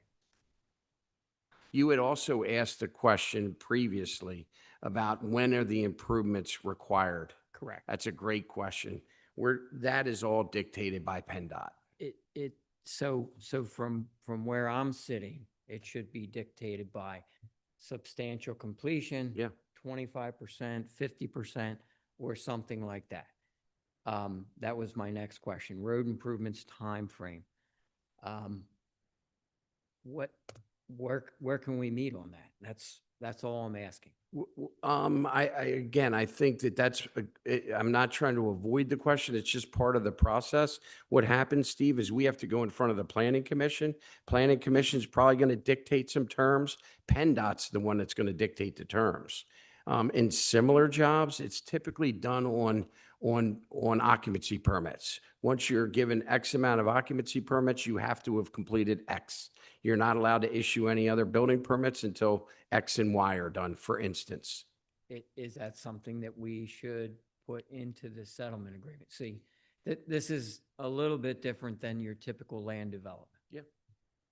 Sorry, Rob Lewis, counsel for Ray. So typically that's going to be handled during. Rob, Rob Lewis. What firm are you from? I'm from Kaplan Stewart. I'm Greg Edelman's partner. So typically that's going to be handled during the land development process, because during the land development process, you will take it from the concept plan. And that's really all that the settlement agreement is intending to do, is to approve the concept. We're still going to have to go through the entire land development process. So during the land development process, you're going to decide more on the phasing schedule, what's getting built first, or what we would like to build first. And along with that, then you're able to figure out which are the appropriate traffic improvements to go along with each of those phases. And so during that land development process, just as Ray pointed out, what will typically happen is you'll allocate a certain amount of square footage of commercial and a certain number of building permits or occupancy permits that go along with a set of improvements. And that is more appropriate to be handled during the land development process when you're drilling down into what each of those phases are looking like. So in the original settlement agreement, 8/31 of 2007, it refers to substantial completion. And in the amendment, it takes it out and replaces it with PennDOT's traffic improvement study. So I'm still in the gray as to when and what are the settlement, what are the terms of the traffic improvement. Understanding you're going to comply with PennDOT. Is it a roundabout? Is it a traffic signal? Is it 4 lanes? And the picture that's on page 55, that for me, that doesn't cut it. What's that? That would probably be helpful, but How about substantial completion or something along those Well, we're not going to terms? be allowed. We're not going to be, your planning commission and you all are going to dictate this, right? Well, That's how yeah, the whole land development process works. So we're not going to be able to create the signalized intersection until you let me permit it. right. But Right. in the terms of the settlement agreement, the original agreement, which is valid until we amend it, Yes. and we've amended it by taking these time frame out where it says substantial completion. That's my issue, number one. Why are we taking it out? So it says substantial completion as opposed to PennDOT approval? Is that what we're talking about? So this would enable to ensure the township that all of the traffic improvements get done. Well, Prior, all of the traffic improvements will have to get done because I'll have to bond them. That's your assurance that they get done. I have to bond all this. Yeah, I have to bond all this work. I I understand. can't get a permit until I bond it. But I just kind of question why we're taking that out. I can't answer that. I would defer to, That's not all of the improvements are necessitated on day one. to be They're frank. not, right? Like, for instance, at this portion here,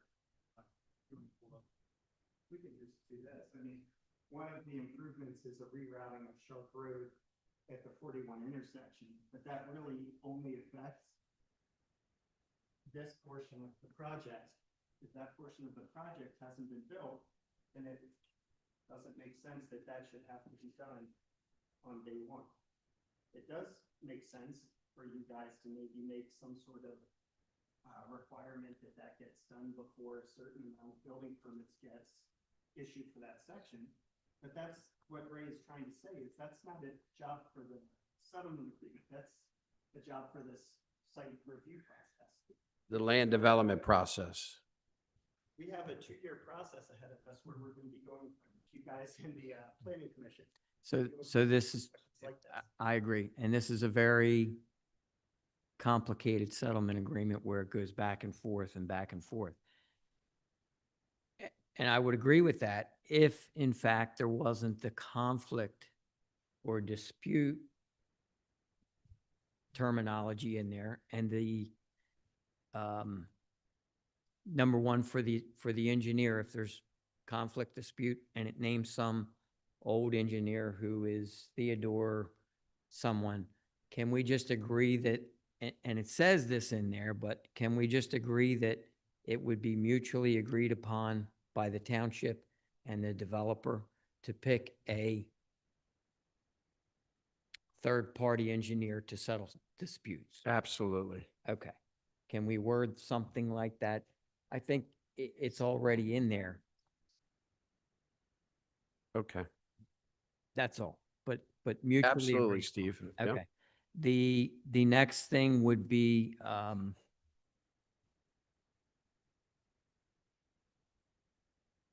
just to clarify, the saldo requirements of 2007, you are going to comply with all of those through the land development. Rob? To the extent that are specifically specified in the appendix to the agreement, yes. And the existing waivers that Priet had in there, the 9 or 10 waivers that were in there that really may or may not be applicable to this plan because it was more. The for way the park. way the settlement agreement is structured is that we are effectively, we're doing some very minor in terms of the scope here. We're really substituting a plan, right? The plan that was approved in 2007 with the new concept plan.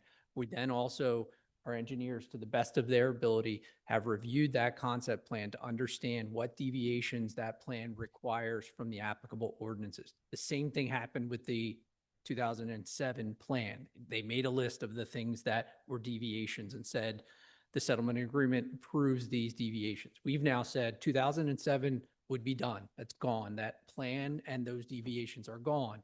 And we're replacing the plan with the new plan. And here are the deviations that we believe that plan requires. So we're essentially throwing out the old plan and the old waivers because we now have a more accurate list based on this plan. And those are the only modifications that are guaranteed. Otherwise, the 2007 ordinances would control the remainder of the development. That's good. Now, with respect to putting stormwater facilities on St. Anthony's, which I believe is still in there, can you help me clarify that? You had said in a meeting prior that you do not need that. However, if you're going to be doing improvements for roads and you need additional stormwater, can it go on the St. Anthony's property? I would say that's work in progress. I would say that the engineers haven't even flushed all that out, no pun intended yet. There's still a lot of work that needs to be done there. So I would say this to you. We've been having ongoing conversations with staff about how to integrate New Garden Hills really into this development, both through a connection standpoint as well as stormwater management. We've met with Somerset Lakes numerous times to talk to them about the issues that they have and how we can help resolve it. So I would look at this more as a global issue. But I can't sit here today in good faith and tell you that this is what's going to happen. We don't know yet. We did state last time we were here that if need be, we will treat everything on site. So do we strike that from the agreement, from the amendment? Says that we agree to provide them with stormwater management if needed within the limits permitted by our existing easement. So if what you're saying is you do not want to be able to give them access to St. Anthony's ready stormwater, so that complies with all the existing easements, then we would take it out. But if you're of a mind that if it complies with all the existing restrictions, they could do that, that would maybe benefit Somerset Lake, then I would say keep it in. Okay. This is like the two-way street conversation. that- We're willing to help you here. I get it. Yeah. Yeah. It was to provide flexibility of language because the scope could be really just conditioned around the stormwater facilities up and around the actual roadway as it comes down, or a more pervasive one, but it's one where it hasn't even gotten to that point yet. But the language allows for both outcomes. Yes. And then in the old agreement, it speaks of the township or the town center. And that town center, until it gets fully built out, would be open space, and they could not change it back or convert it to another use. Hearing you tonight, you got to build rooftops before you build the commercial. I understand that. What happens in this agreement with the back and forth in that time frame? Because the Second Amendment strikes that out. I'm sorry, I don't understand. You're saying what happened? So in the original agreement, it said the theory here, what we argued for in 2007 was to make sure that the density of the commercial did not be reduced. Right. And that's what I'm still arguing for here today in 2025. So that there's a mix of all of the uses, so we're consistent with what our comp plan says. I think you've done a good job on the variety of housing, but the commercial is still the aspect that is a concern of everyone's. And again, we can't dictate the market, but by striking it out, they could amend the plan. Well, I can't amend, I've got to go through the land development process. So, Yeah, the agreement provides for 200,000 square feet. so the agreement requires 200,000 feet. Not to And then not to exceed. So where does it, I guess, Ray, the question is 10 years from now, if there's not any grocery stores or restaurants or whatever, car wash, Wawa, what happens to that ground? What happened in 2007 to the ground? It's It remained open space? still there. Same thing we're proposing. Yeah. Yeah. Okay.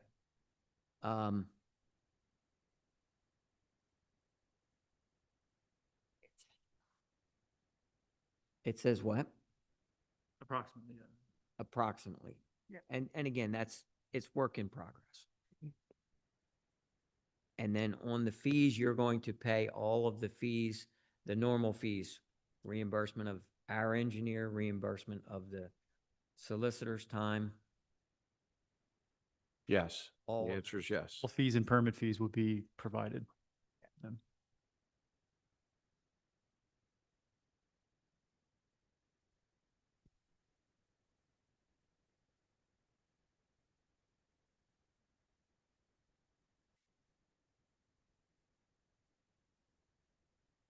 So the last one that I have is the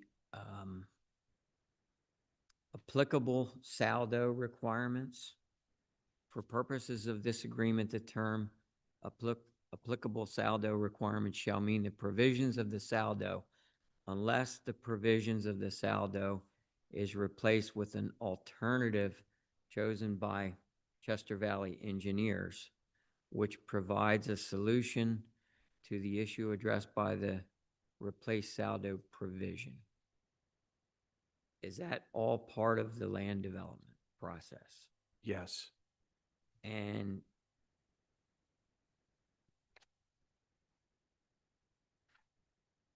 why would it be chosen by Chester Valley engineer? What, is that part of it? Is that? It's on page 31. So this relates to kind of what we were talking about previously. Earlier, yeah. Yeah, so Keep going back. the engineers have done the best based on this level of engineering to determine what modifications of the 2007 saldo were necessary to implement this plan. During the land development process, it is possible that when you get a more detailed engineering, that there is another waiver or modification that is necessary. And so we will then suggest at that point what waiver or modification is necessary. But just as during your land development process today, anytime you're considering a waiver or modification request, the board hears from us why we believe that waiver or modification should be granted, what the benefit is, what the impacts are. And so the settlement agreement, just as it did in 2007, provides us the opportunity to come in front of you and say, oops, we didn't see this because now we have three-dimensional engineering. Now we're seeing something. It could be a pipe size. It could be a pipe slope, whatever that is. Those things come up once you get the rest of the engineering. And so the agreement, just as in 2007, says that we still have that opportunity, and our engineer obviously has to be the one to suggest what that waiver modification is. It's then reviewed by the township's engineer and comes before the board for ultimate action. And this is where Theodore gets moved out. Correct. And Okay. yeah, and if we can't agree, if the township engineer and our engineer can't agree on whether or not it's appropriate, then there's the dispute resolution process, which is to appoint that third-party engineer, and they'll make the decision. Okay. Going back to timing of the improvements, the road improvements. That's kind of a sticking point, I think. We should probably nail it down closer to that. I mean, what is, So I took another look Yes. while you're talking at kind of the timing from 2007, and what 2007 may have had a little bit more of detail, but in 2007, the agreement is essentially saying, here's a component of the development. That component necessitates these improvements. right, Here's another component necessitates those improvements. That's what Ray and I are conveying to you, is that we will be doing the same thing with you, but it's that level of detail doesn't exist yet. And that's what we will flesh out in land development. So when you go to grant preliminary land development approval, you will be able to, we will have more information to say, okay, here's the impact of what's going to be, let's just call phase one, whatever phase one is. Here's how many trips are going to be generated. Here's where that traffic is likely going. Because of that, these are the improvements that have to go along with it. And the same exact concept of that substantial completion will be part of those conditions of each of those preliminary land development approvals. You'll be able to say, you must substantially complete X, Y, and Z improvements as part of phase one. And so you have, and we have to bond it. We have to do those improvements. And then we'll do that for each of those phases. That way that not only are they proportional in impact, you know, in terms of mitigating the impact of whatever is happening in that phase, they're proportional also in terms of the cost, because you have to justify the cost of each of those improvements with what portion of the project is being built at that time. And we will work out all those details during that land development process, and that will be for you to approve, to review and approve, saying these are the improvements for each phase. So, Would, And you can't move any Oh. further until those improvements are made. So Correct. it's gated. Correct. well, this would be one where you would determine this prior to final approval of 100% design plan. So it sounds like if you want that language, which right now is centered on phasing, we would agree upon prior to final land development approval of phasing plan per the build out of the further analysis based on conditions of this site equates to this much percent. So we can still be rounded into that language, but would guarantee that you would have a phasing plan commensurate on the buildability, quote unquote, of each section of the roadways throughout the entire development. I think it's significant that they have to go, there's a deal here because there was a deal in 2007. Correct. But it's not a deal that deals with everything. They still have to go through land development and they have to comply with our ordinances, the current zoning ordinance and the subdivision ordinance. They can ask for some waivers for the subdivision ordinance. So they have a lot of hoops to go through and they have to comply, except for whatever deal that gets cut in this agreement, which modifies things. But aside from that, they still have to, as they're saying, they will seek approval from us and we will say, you have to do these road improvements before you can move on to the next phase, and we will have money to make them. Or a bond. I prefer money, but whatever. so my concern is it's the court settlement and we're striking the triggers for road improvements in the Second Amendment. Only because they're no longer relevant, because the development is different in terms of what is being proposed. So back then, you had a town center that had certain improvements. Correct. Well, we're not building those anymore. We're not building the town center. So we're going to have to, during the land development process, pick the new triggers, put up the new gates. And that's going to happen during that land development process. Right now, we're really at 30,000 feet. We've got a concept plan. We do generally know all of the overall traffic impacts that are going to happen and all the improvements that have to go along with that. But then during the normal land development process, we'll be able to chop that down into smaller chunks and you'll be able to put up a gate after each chunk saying this is the amount of road improvement that has to be done before you can move to the next phase. And it will also be governed by PennDOT. PennDOT's the one that's going to be directing this. Yeah, PennDOT will say, They're your backstop. They're the ones that are saying this is how it's going to be built out. but I get the feeling that So you want yeah. to have your say and you will because you'll Yeah. have that land development. Well, can we, if we're striking that out of the agreement, can we just agree to say that the road improvement schedule will be agreed upon prior to final land development? Yeah. That Yes. way it's still in there. Yes. It might make me feel a little better. The answer to the question is yes. Okay, easy. Yep. What else? Steve, can I ask a question? Yes, So continuing like along the bonded story here. We have section 13, which includes the totality of the improvements. Like what guarantee does the township have outside of the bonded road improvements that those would actually take place? Is everything bonded or just the road improvements? Is there any type of guarantee for like the sewer improvement or? So yes, to answer your question, we're working right now with Aqua. Okay, We expect to have a agreement. The agreement's imminent. I would say that to you. I can represent that to you. I spoke to the management of Aqua this morning, so they know the urgency. So you will be privy to that, and you will see the financial conditions of that. okay. So that's locked up in that contract. With regards to the other proffers that we made, but primarily the connection to the park as an example, we can certainly bond that if that's what you're asking. We don't even know what that looks like yet, right?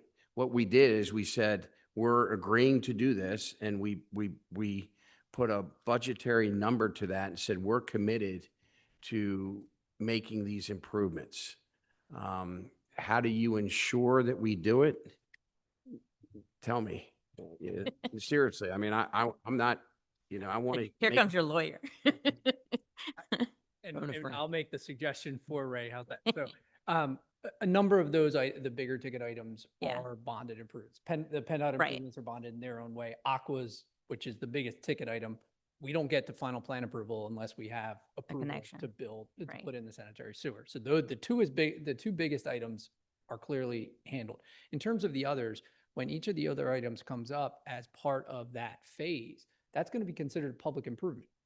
Municipalities planning code specifically provides we must bond all public improvements. So Okay. whenever that phase comes, you're going to have those bonded for you. And then last question on that section, we had previously talked in the last executive session about water, sewer, electric for the barn. Did that get updated? It did. Okay, we did. awesome. Yeah. I That's think it. it just says utilities, but it narrates it out too. So Perfect. everything is up Okay. to the property line.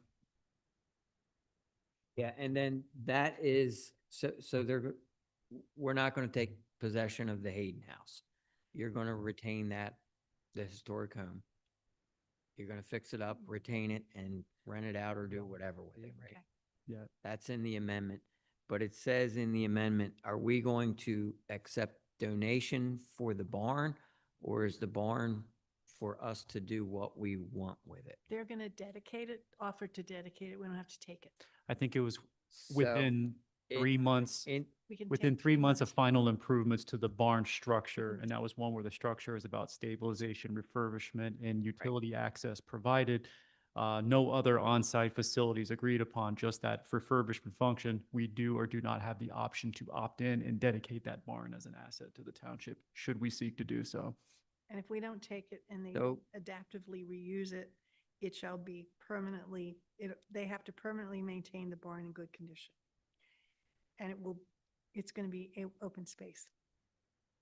And what is the tract around it? Is it 1 acre? Thought it was 2 acres. 2 acres? Okay. 2 yeah. acres, yes. The So barn itself is my 2,900. thoughts are, and I love the old barn, but if you're going to fix it up and sell it, we should get the money rather than take ownership of it. Because we do such a good job with all these old. What Chris and I talked about was using the money for the park, Right. which is really where the money needs to go, but we can discuss that down the road. So if you're open to leave that open-ended, I like those kind of agreements. Well, these are the conversations we've been having Yeah. since the first day I met you. I just get concerned when we're going to go in front of the judge and this agreement is going to be amended however many years later, 14 years probably later. And there's all this back and forth still in this agreement. And just so we're clear. I just want to point out that I spent the last 3 months with voters tell me about how important it is to maintain the historic character of the New Garden It Township. is. So I am the opposite of whatever you want. Okay. No, I'm not saying to tear it down, but I'm not saying that we should own it.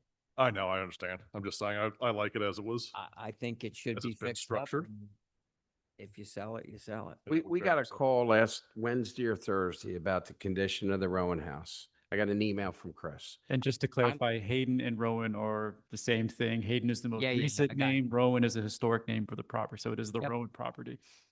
I don't own the property, but we sent somebody up here to cut it. Right. That's who we are, and hopefully we've represented that properly to you. Yes. Yeah, the Historic Commission does greatly appreciate Yep. that.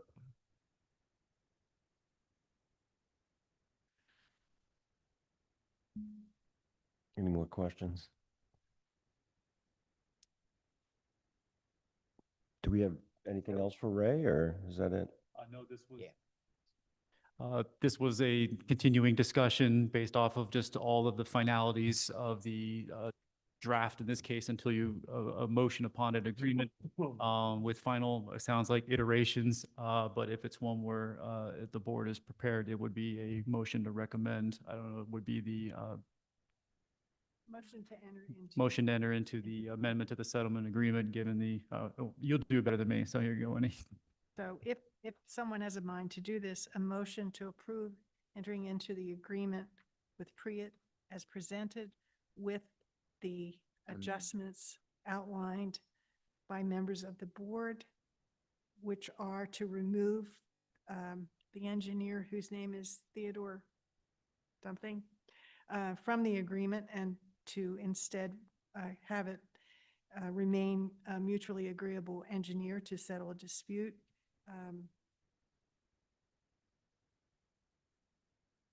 So That's it. Steve, are you ready to? Is there another one? One was to also just a statement that we would prepare a phasing schedule as Mhm. part Right. of the land. That's what. As this part of the segment- land development. Yes. I Just agree. making sure that Yep. it's clear, but For the Just traffic because it's improvement. in Road the improvements, exist- right, that there would be a phasing schedule for road improvements prior to final land development. Yes, we agree with that. So Steve, are you comfortable with us taking a vote at this time? Yes.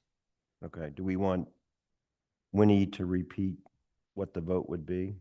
Or is- We got it, what she said. I mean, what she said, I'll make the motion to approve what Winnie just said. It's 10-10, sorry.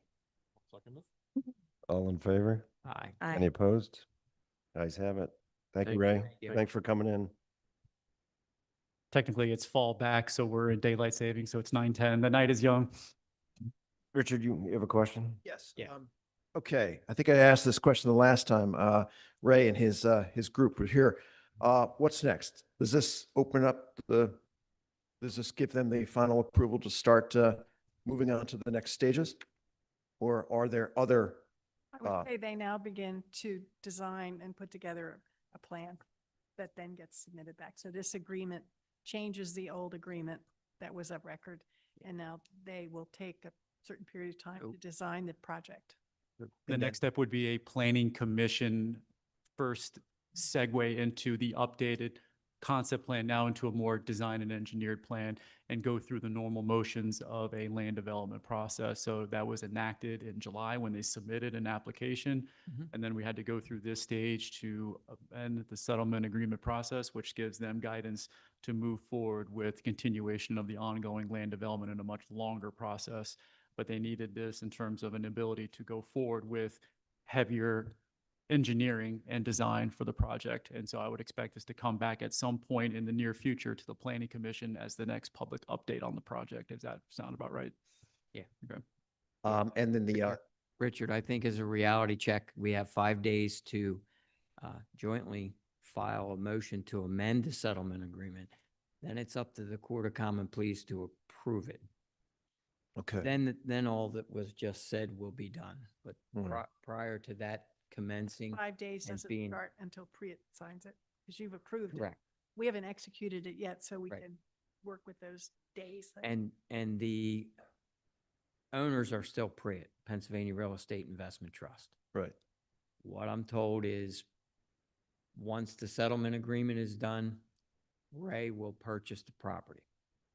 Okay. So the property's never been deeded out of Priet's hands until now. And then last Ray, question. Am I correct, Ray? The ownership is, I don't want to get over. Yes. Say JP. Right. Right. But Priet is still involved and JP Morgan Chase. They are the rightful owner, correct? So Ray will, yeah. Okay. 99% and 1%, but you will own it 100% after the settlement agreement is approved by the judge. And then we will get a tax transfer for the initial transaction. Okay.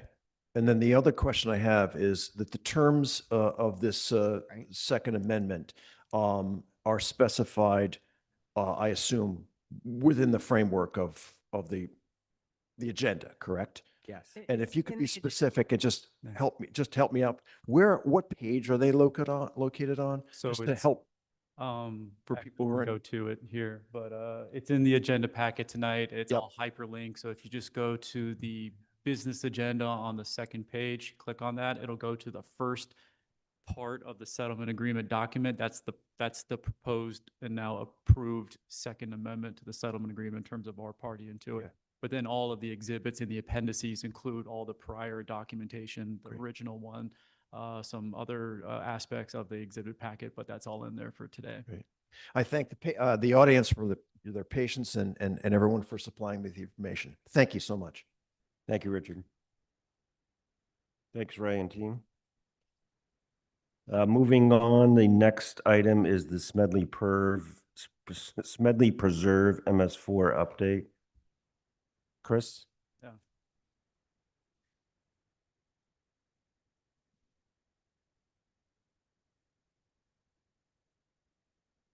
All right, well, while I pull this up, now we're getting into the real substantive part of the meeting. Who's about to die? That's your, the fee. So unfortunately, and once again, excuse me, Chris Himes, Township Manager, New Garden Township, wanted to provide an update for an ongoing significant infrastructure project happening today at our public park, which is, of course, the former Lochnair Golf Facility, now aptly named Smedley Preserve. Res has been the contract engineer for PennDOT to do this project. And it's just been one where it's a good highlight about the township was able to get a good outcome to meet our MS4 permit. And of course, in this case, do a significant water quality improvement project on the White Clay Creek watershed. So this was just a kind of summary, a level of details to date. If you have questions, I'll do my best, but for most likely, if you have questions that I cannot answer, I can bring them back to the engineer to get answered at a later date. And my understanding is when they're fully done in December, they're going to kind of commission a lot more information about the project, some flyover kind of drone footage as well. And it's been through the iteration of the construction throughout the entire duration of the project, just to demonstrate the fact that this is a significant win for the township. So I won't go through all of this other than to say that this has been a process. It's been a process that started many years ago. Mostly it was one where the township essentially solidified its requirement for its 2018 to 23 5-year permit cycle to have to do a sediment reduction project somewhere in the township. And that one commissioned a study. At the time, it was Aero Engineering, and their recommendation was meet the compliance for the sediment reduction by constructing, I think it was like 17 bioswales throughout the entire township. And that aggregate amount of reduction would get some level of compliance with that to our TMDL, which is the total maximum daily load plan. So with that, that was going to be at an expense of, and this is 2020 numbers, I think it was, of about $700,000 to meet that requirement. But shortly thereafter, PennDOT commissioned this very temporary program. They opened up the window for it seemed like a minute. And at that same time frame, the township happened to receive its ARPA funding. And I think it was about $1.2 million net funding. Christine, I don't know if you're still paying attention back there, but it was about 1.1, 1.2 million. And we dedicated $415,000 of that ARPA federal money to serve as a match with the PennDOT significant funding coming in to fund the totality of that project. So we already got a net discount of former numbers through federal money that was not a quote unquote local taxpayer money to fund the project. But with that though, we had to find a site to get it done. So there was a bit of back and forth with PennDOT and their management of the actual contractual engineer to come in, design and engineer, construct the project. That took a little bit of time. And of course, this was between 21, 22, and early 23. They actually went through 2 defunct contracts before they finally landed with Res. And that was one where Res came along in midsummer of 2023. And it just so happened that the township completed its final transaction for the full tract of the Smedley Preserve. And it was one where all of the prior contracts were done on projects that were in other aspects of the property. Very similar to kind of like the bioswale, it's kind of intermittent throughout. But with that, we were able to land on kind of the organic circumstance of it took some time to find somebody who could do it. And then we finally had a site that we could get it all done kind of in nature. So to say that this was by intent or design, I would be lying. This was by sheer circumstance. It all came together, but in all, a very good outcome for the township. So with that, they basically put together all of the design, engineering, permitting. This is Res, by the way, as the contract bid engineer with PennDOT to be able to do an entire tract area. I think it's about a mile total worth of stream restoration, fully encompassing within the Smedley Preserve site. And this, of course, gets us to our net sediment reduction for a permit of 330,000 pounds of sediment per year. So a significant undertaking. So all in all, they realigned pretty much the entire stream. It's one where, because it's a essentially heavily manually manipulated site since the 60s, with that, the actual stream corridor that sheds right into I think it's like the eastern branch of the White Clay Creek, which eventually goes in the White Clay watershed, which eventually goes into the Delaware kind of greater watersheds, was one where They essentially did all of the existing degrading of stream improvements, 12 acres of floodplain restoration, and 15 acres of plantings as well. So in terms of scale too, you can think of it, this is a large scale project, and I know the township has had a commitment towards improving these kind of larger scale projects when it comes to kind of stronger environmental outcomes. This gives you a sense of total cost. So this is based off of dollars that we committed to 4 years ago that was non-taxpayer funded. And of course, PennDOT's component of it as well. So this is primarily a PennDOT with no local match, if you want to think of it like that funded project. And of course, there's other reductions here in terms of nitrogen and phosphorus. So overall, a stronger win for the White Clay watershed. So overall, this is kind of what it looked like existing state prior to any construction. So think of it just like a channel, and it was mostly just kind of stream net runoff discharge going straight into the White Clay watershed. Most of the runoff actually coming from Route 1. So that was another one to do, was just essentially mitigating that sheet flow down into the the golf course. So with that, there's been a large amount of construction. I don't know if anybody's been up in that area. It's kind of recessed away from everything in the township. But if you can think about it, they took that entire linear streamline, kind of created some undulation to it on about 100-foot plus cross section contiguously from one end of the golf course all the way to the other end of the golf course. So a pretty significant undertaking. And actually what I didn't have a good understanding of is all of that grading and all of that removal of material actually got picked up and put on other aspects of the park. And that's actually a good thing, because if you remember from the Smedley master plan, this was never part of the original master plan. Part of the original master plan, though, was prairie restoration, reseeding, and kind of restoration of the property to its natural state. So just by circumstance of them doing this project, they've already completed a significant portion of the master plan restoration project. So that scope of work actually just went down by orders of magnitude. And when all this is done, we're going to compare that to the master plan execution. Reseeding will have to take place in the spring timeframe to kind of figure out where we're at for that part of the effort too. So all of them, a very efficient outcome, if you will, and cost effective. So this is them kind of showing how they're doing kind of the cross section. And most of it right now is just kind of vegetative, what do they call it? Kind of like stabilization, if you will. So don't think of any of this as kind of long-term in nature. They're going to come back and have to come in and do all the replantings. So we're really now still considered to be mid-construction until December. In that case, they'll come forward and do all of the live stake, the seed mix, and the goal is to align the targeted seed mix with the Medley master plan inventory. So whatever they're going to get, I don't know if there's a certain catalog they got to go through in order to get that. So, but with that, we'll make sure that there's as much kind of alignment with those as well. So we're thinking about those outcomes before they happen here. But you can see kind of the linear nature of this, and then now you can see the stream kind of does this kind of all the way through to the gash kind of coming through here. There was more of a construction, I mean, this is from Chesco Views. There was like an August overview, and it had more of this. This looked like almost like a complete construction zone as well. And they're still parked there. I think a lot of their construction materials are still kind of there today because their staging area is right around where the crossing is. But once they're done with that, it's going to be kind of right now. The plan is to let everything stabilize, kind of leave it alone for a little bit. And then in the meantime, in terms of larger Smedley Preserve outcomes, what we're doing right now is well, first and foremost, we got our pedestrian crossing transportation improvement grant. So we're going to be doing the safe measure to create better calming measures through the Church Road corridor there. So that'll take place first. We already got the grant funding for that, and we're moving forward with design and engineering as we speak. And we're waiting for the larger initial phase of grant funding with the request that now that the state's back open, we're hoping it comes back from DC soon of about $1.25 million in total grant funding right now. And that's to create the larger public access facilities, primarily the parking lot, some of the features that kind of get that hub element to access the park. But more to follow when we hear back, and hopefully that'll be soon. So that's it.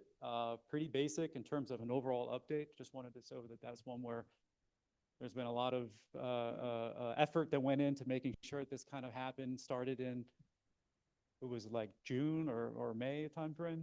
So about a 6-month project as well. So pretty significant undertaking. And the sogginess of July is what really slowed things down, if you remember. Any questions? Do you have an approximate direct cost to the township for everything? So we've established the acquisition was through grants. Oh. And so far, with all this, The cost of the stormwater project, right. 415 of ARPA funding, that's been it. So we're a Yeah. party to that. We provided that as our component to it. And that was based off of that agreement with PennDOT in 21, I think it was. So if we didn't use the money, we would have had to give it back. It was part of the ARPA No, overall, it which was- have now can completely, essentially you had to have had that earmarked and spent. I think Right. it was by the beginning of the year or by the end of this year. So we did it for stormwater for a project that would have cost 4 or 5 times the amount today.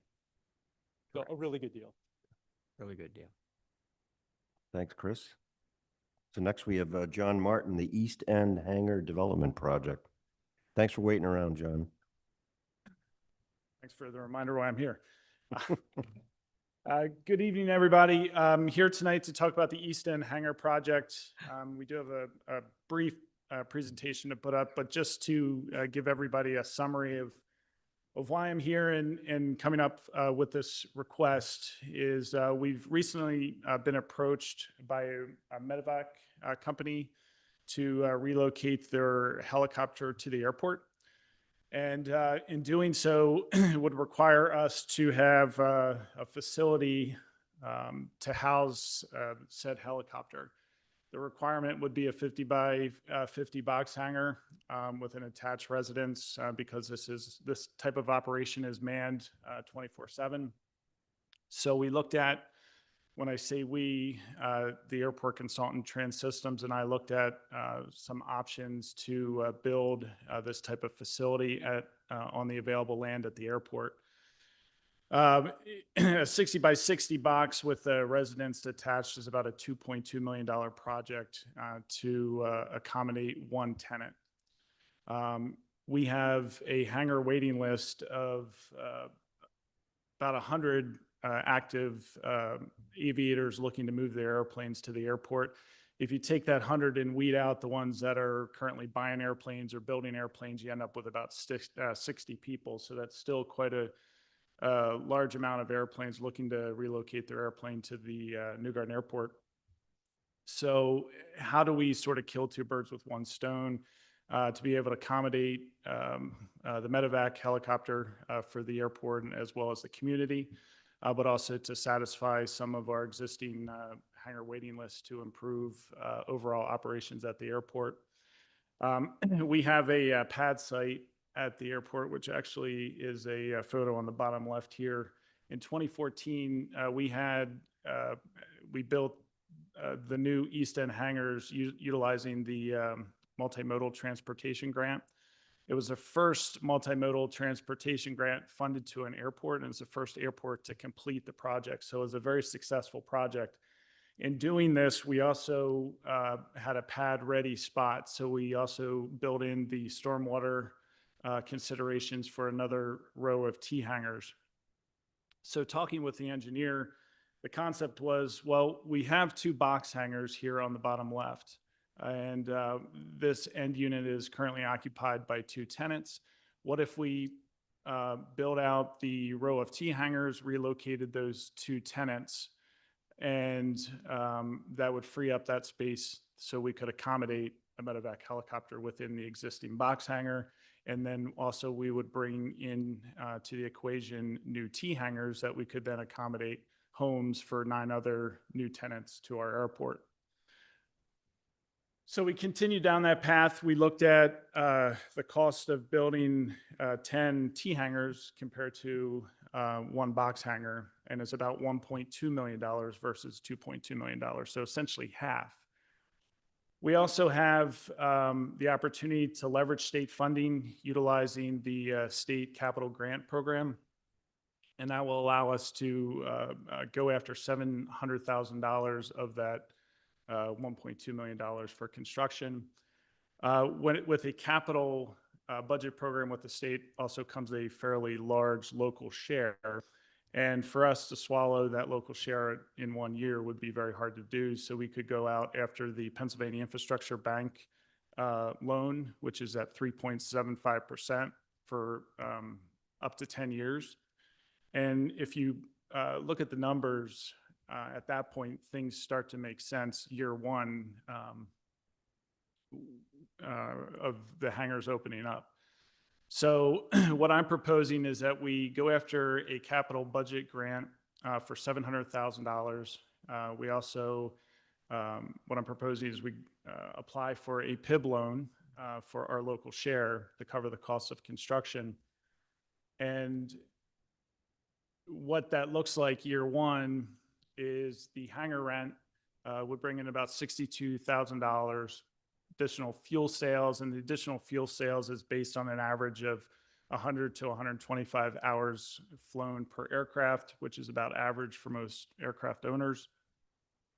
The medevac operator rent would command a fairly large rent for the box hangar, and other operational revenue, maintenance, pilot supplies, transient fees, et cetera, to the sum of $103,580. $103,580. If you look at the expense, you can read it there, what that includes: the debt service, the maintenance, utilities, insurance, administrative costs, totaling up to $72,800. That leaves about $30,000 in profit year one. So it seems like a pretty good plan. We do have the amortization schedule up here, again, to pay off the loan over a 10-year period. And here's the overall proposed financial summary: total revenue with a net annual margin of $30,780. So you can see this revenue comfortably covers the expenses and the loan payments. It leaves $30,000 essentially to support reinvestment back into the airport operational fund. The key is all costs, all revenue, and all expenses are housed in the airport budget. Looking at other additional benefits, the economic impact of 10 new based aircraft and the medevac operator. Hangars are an economic engine driver for the airport. A new airplane coming in is going to burn fuel, it's going to break down, so it's going to get work done in our maintenance facility. The pilots are going to utilize the flight school for recurrency training. Pilots are going to update their aircraft, so our Garmin dealership would benefit as well too. So certainly feeds the economic engine. Operational efficiency, it makes much more sense for us to build a T hangar versus a 60 by 60 box hangar. And community safety also is enhanced because it brings the medevac operator into our community instead of basing the helicopter out of the state and then locating into the community when people need it most.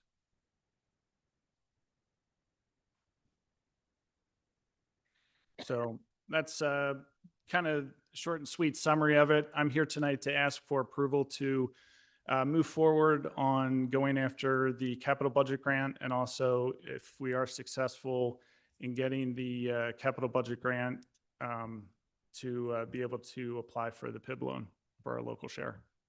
The recommended motions in the staff recommendation report of the agenda. Does Chris get to fly the helicopter? Exactly. I mean, It's going to be a fantasy gonna camp for be- me personally. Well, no, it's one where we don't have any rotary tenants right now. So that is a different type of fuel too. It's Jet A1. It's not avgas. So it is a more of a premium fuel commodity.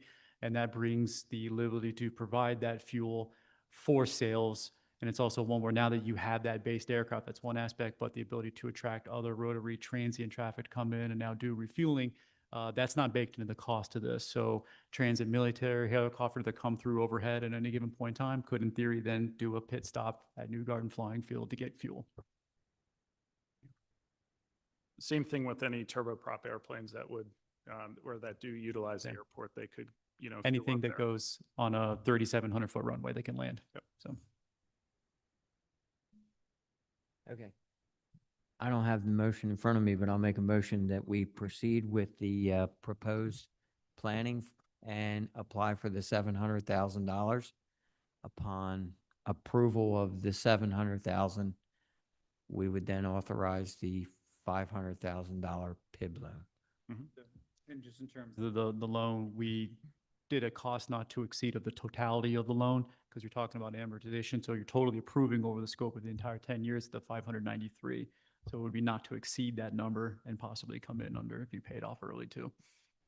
Right, and the key is to really start working on both sides of this at right now, essentially. Not, I mean, obviously, we're going to focus on getting the capital budget grant released, but the PIB loan process, does take some time. So we certainly want to be in a position, obviously, we won't use a PIB loan if we're not successful with the capital grant, but certainly want to move forward on both of those objectives now. And Right. just for budget purposes too, after about maybe year 1 or 2 of seeing the actual margin intact, would be to power pay the loan. So you would pay it off using that surplus initially, because you're still getting the economic activity, but then you would get rid of the loan and then you would have more revenue earlier, and then you could have a more compounding effect after that.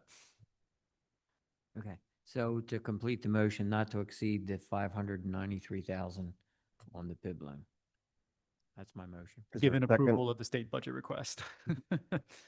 Is there a second to Steve's motion? All in favor? Aye. Aye. Any opposed? Thank you, John. Thank you. Have a good night.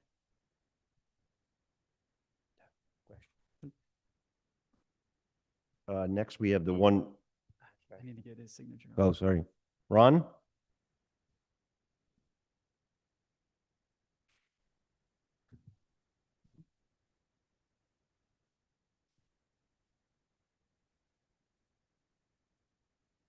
Ron Dungy, Hillendale Road.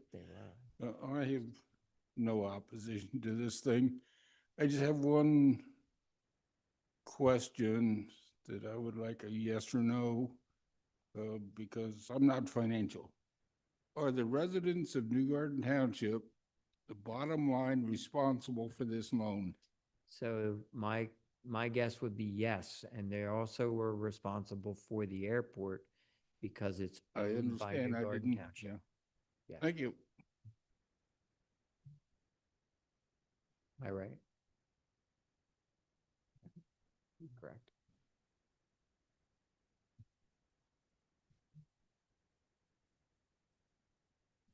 Robert, you're going to present the 147 Maple Lane And the waiver next one, request? and I'll make them quick. All right. So the 147, you may remember, is the subdivision on Maple Lane. Was the Regester property. They got approval for the subdivision, but however, going through the sewage facilities planning module, it was determined that the steep slopes impacted where the alternate septic system would go. DEP would not allow that. So as you can see from the email from Bill Romanelli representing them, to take and make an easement on the lot next to it for the alternate septic system. The township sewer engineer agrees with this thought process. You can see within the plans there that it shows it. So we would like to have the board provide a waiver that states that the alternate septic system has to be on this lot. It's in the Saldo ordinance, but we feel that you can grant the waiver to allow it to be on an easement on a separate property. Okay. And winning easements are that's not zoning, it's. This is in the Saldo. It's in the Saldo, okay.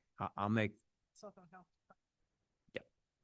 Yeah. So you're waiving your requirement that it be on the lot, and the health department says it's okay. Right? DEP, yeah. Because they issue. okay. I'll make the motion that we grant the waiver for the septic system to spread across the 2 lots. Perfect. It's a difference of 15 feet, correct? Correct. And they are commonly owned by the same person. Correct. And one of the people that will be moving out of the house will be moving into the new house. Correct. Okay. So it's his son. Mm-hmm. That's my motion. I'll second. All in favor? Aye. Any opposed? Great, thank you, Right, Roger. so the next one is for 1506 Yateman Station. It's a natural resources waiver.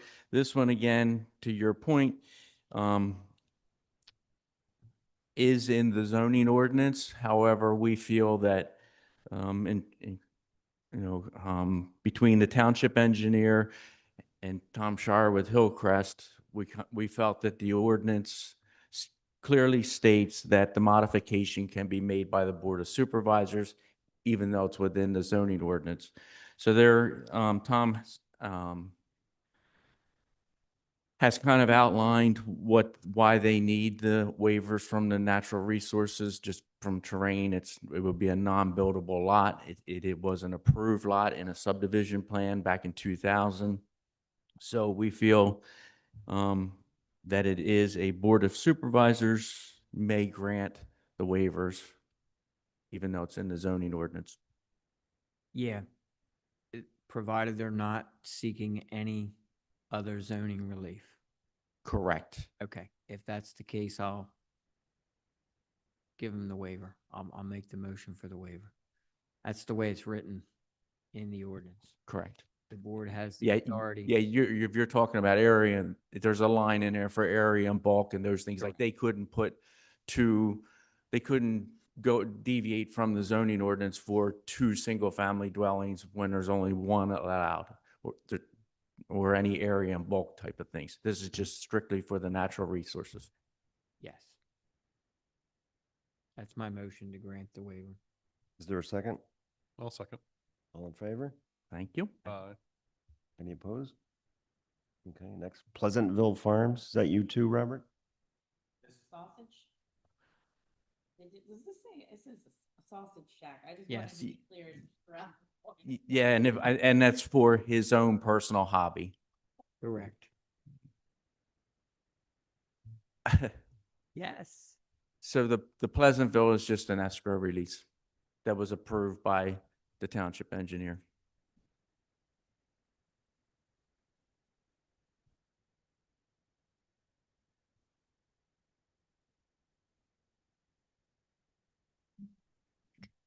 Okay, I'll make the motion that we release the escrow based on the engineer's review in the amount of $38,587.22.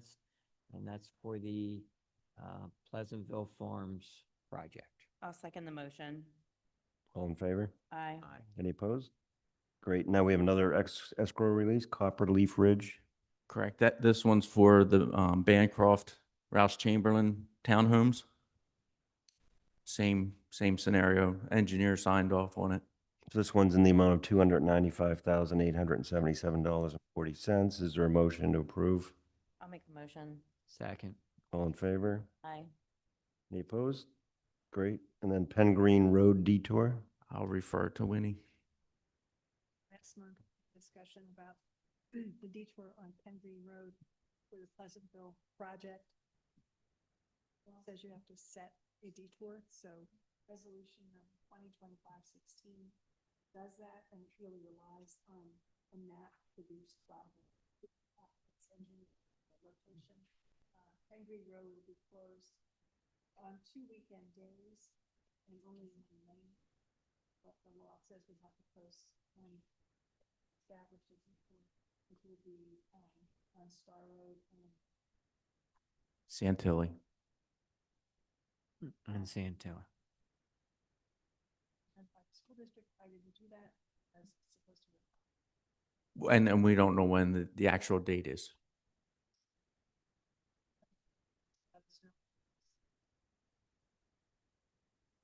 This is just a resolution adopting that. Is there a motion to approve Resolution 2025-16 for the detour plan? I'll make a motion to approve. I'll second. All in favor? Aye. Any opposed? Thank you. Next, we've got the Resolution 2025-17, the Southern Chester County EMS LSA grant. Yeah, so this was brought forward by the executive director at, I'll call him Southern Chester County EMS, and it was Robert Hotchkiss to recommend the township kind of sponsored a grant with the capacity that we could have more, the township could absorb more capacity to do all the grant management. So with that, the amount of the emergency vehicle as proposed would be, I can't remember the exact number, there's like 70 some odd $1,000 and change. This is an LSA grant program, so there is no local match. So it's a kind of fully grant funded project.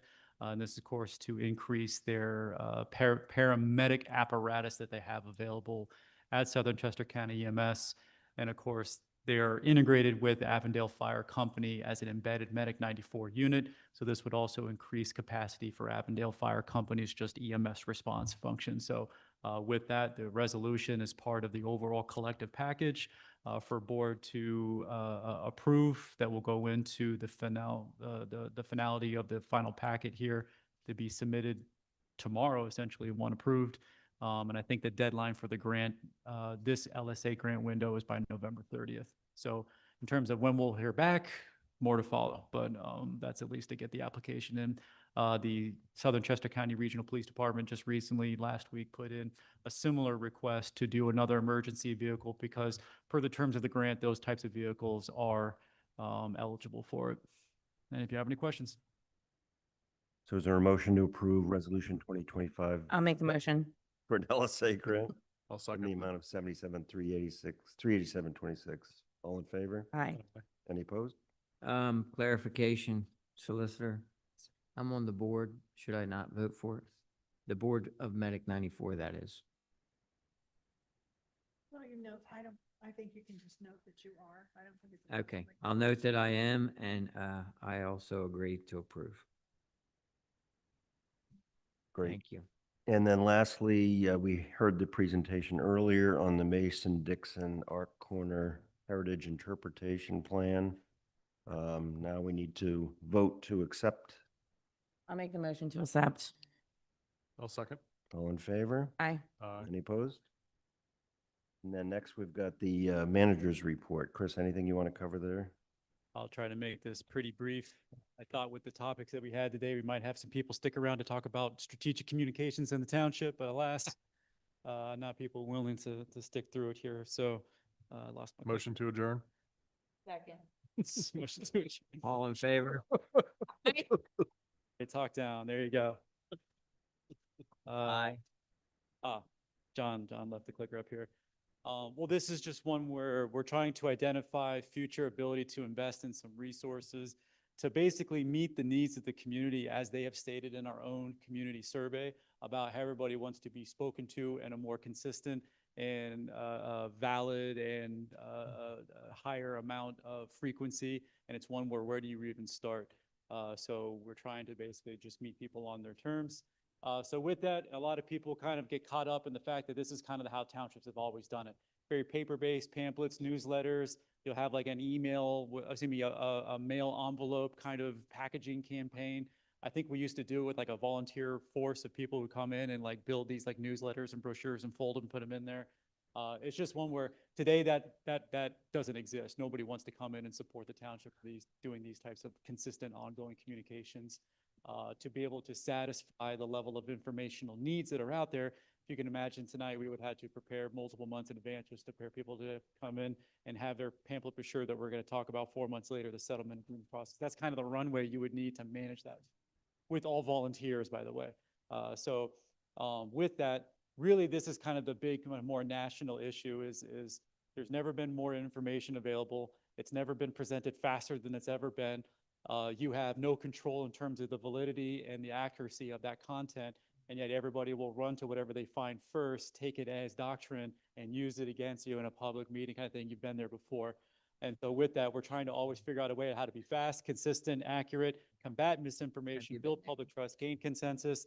And all of this is to say we don't really have, if you've seen this isn't a public affairs office in New Garden Township. We don't have like a management apparatus to do this on a consistent basis. So it's really trying to figure out how we can be both lean and efficient and accurate and good and relevant all at the same time. So with that, we wanted to really highlight some of the areas of feedback we got in the community survey. The highest ones, I found this kind of funny too, because the highest also was kind of the lowest. People found it really interesting that it was easy to find information, but they didn't like the satisfaction of access to the information, and both of those are on the township website. That's kind of a juxtaposition there, if you will. So you do have to lean through the informational findings and figuring out kind of what people are trying to say. but also just the quality of the township's social media, and then just kind of involvement with local decision-making. I think those are kind of tied together because most people want to understand how they can come forward and engage and make inputs outside of maybe just the public meeting apparatus here, if you will. And then where they want us to focus the most was really that. If people feel like they're disconnected right now from local level decision-making, the availability of information, services and programs, and access information about the time. So we're going to manage most of the understanding about how to get people better connected to the specific financial information. It is readily available today, and we're exploring ways to see if we can improve upon that. But even if you saw today, there's always, based off of topics in the township, a willingness for people in this township to show up and provide input and feel like they're connected to that decision-making process. So leveraging that kind of local, I'll call it a commitment to public interest items, and then also the figuring out of how to best stratify information through the township's different channels and mediums to get people to understand what the information is before they show up as well, to kind of clarify it for them based off of what's out there. And that's usually to combat all of that noise that might exist about an issue outside of the township, and we'll never be able to combat that. There will always be another Facebook page to talk about issues in the township.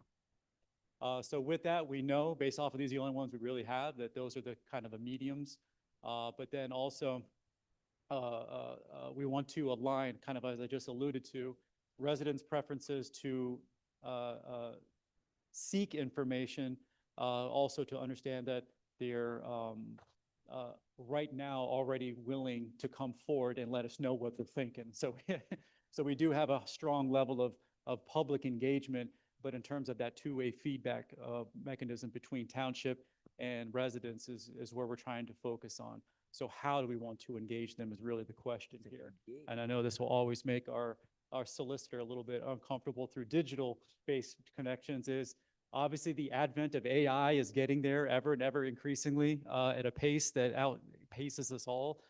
It's differentiated from ChatGPT. For those who don't really kind of have a clarity of what ChatGPT, it's more of a bot-driven tool that goes out there, and it's kind of like the Google SEO crawler. It just kind of searches for stuff and kind of bundles it together and says, kind of, what about this?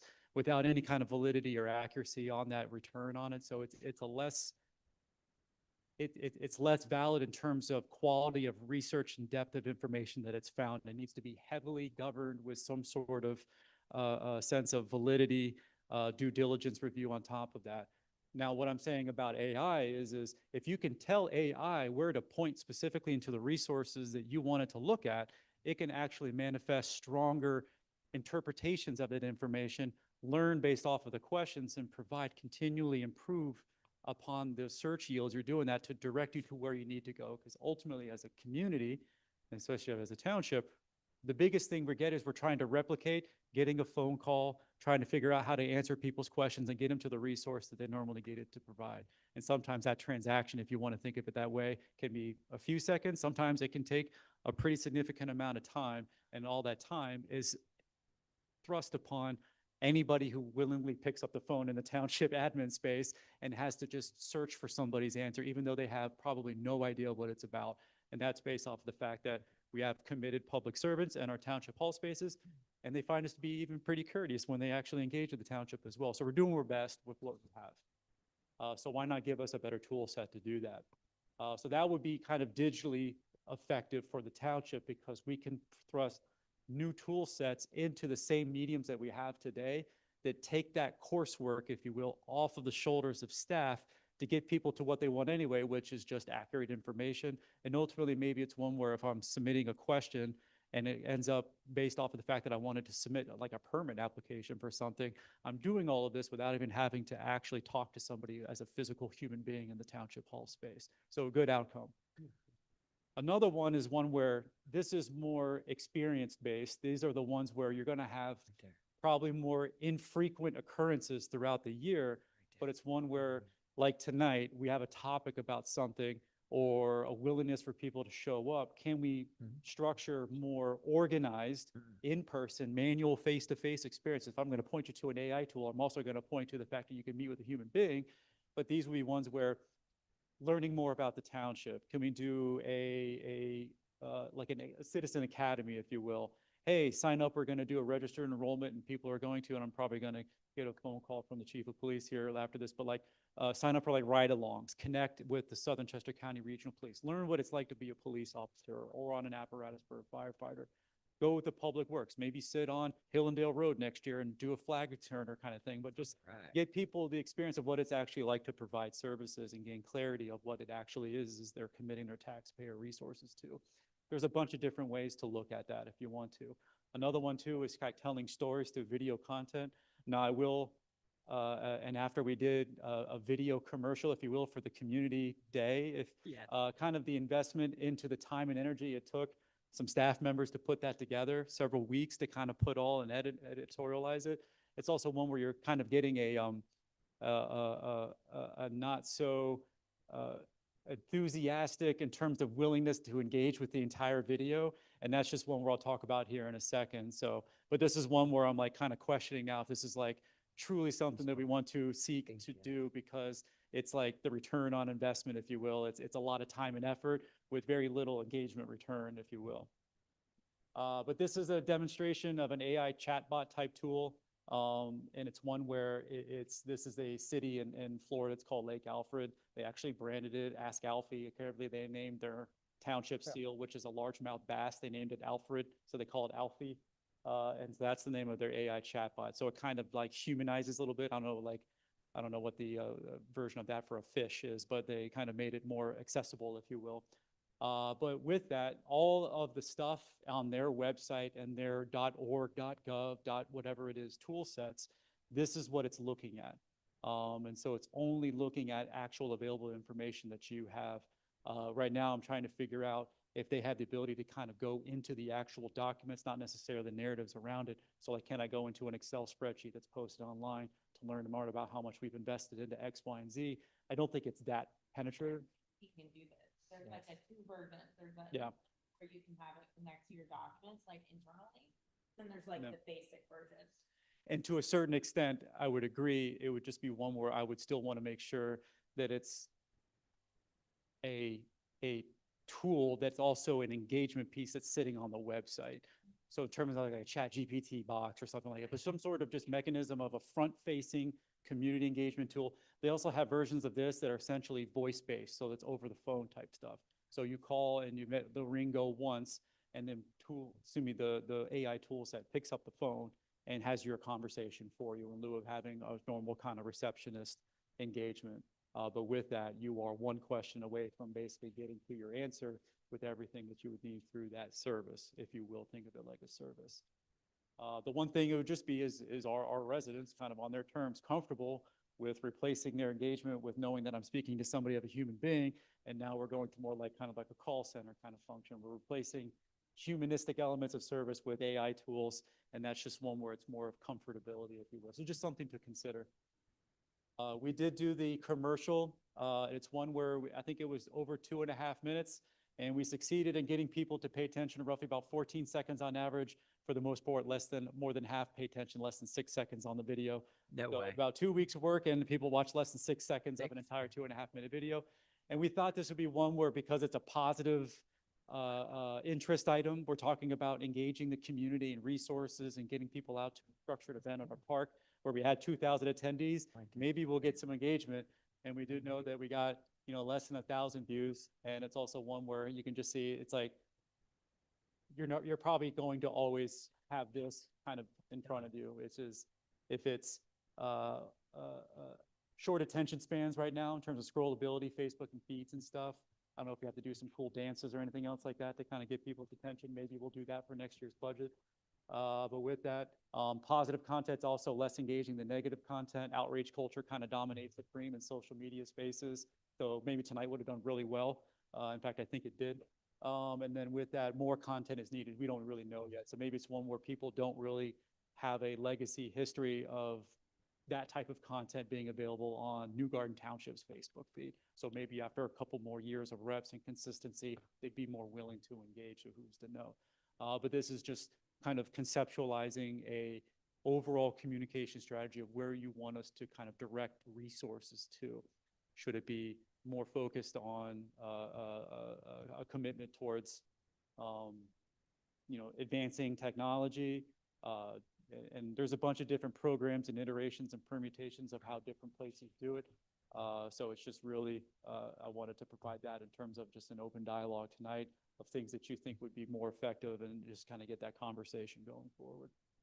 Because this is all, like I said, in response to the community survey and in sequence of next year's planning. I just want to make sure that we're meeting that need.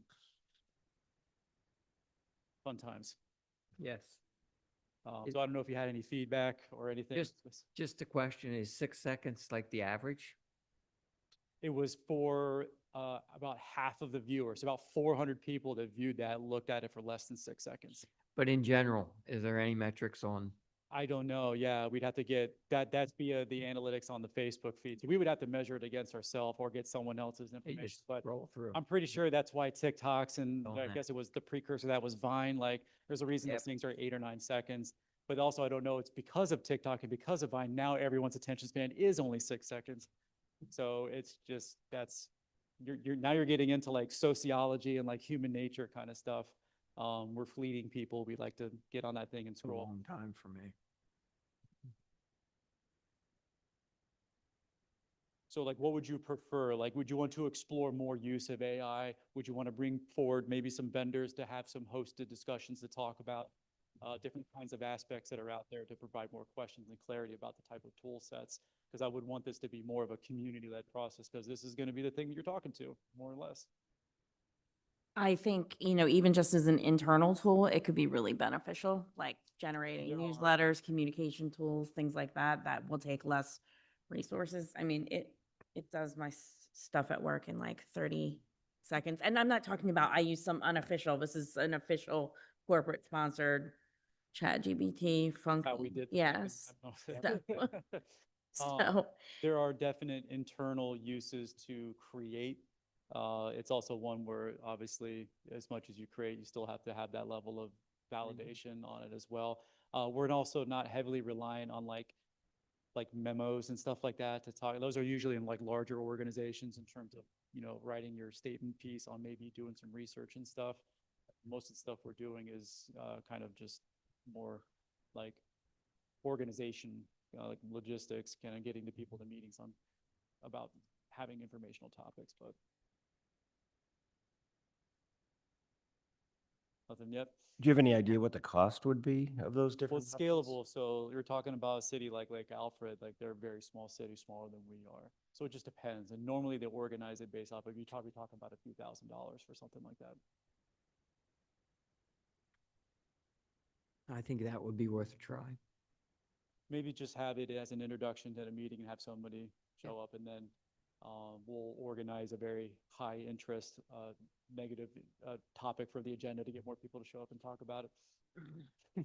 That's easy. Taxes. We'll try. We'll not get to. them all out.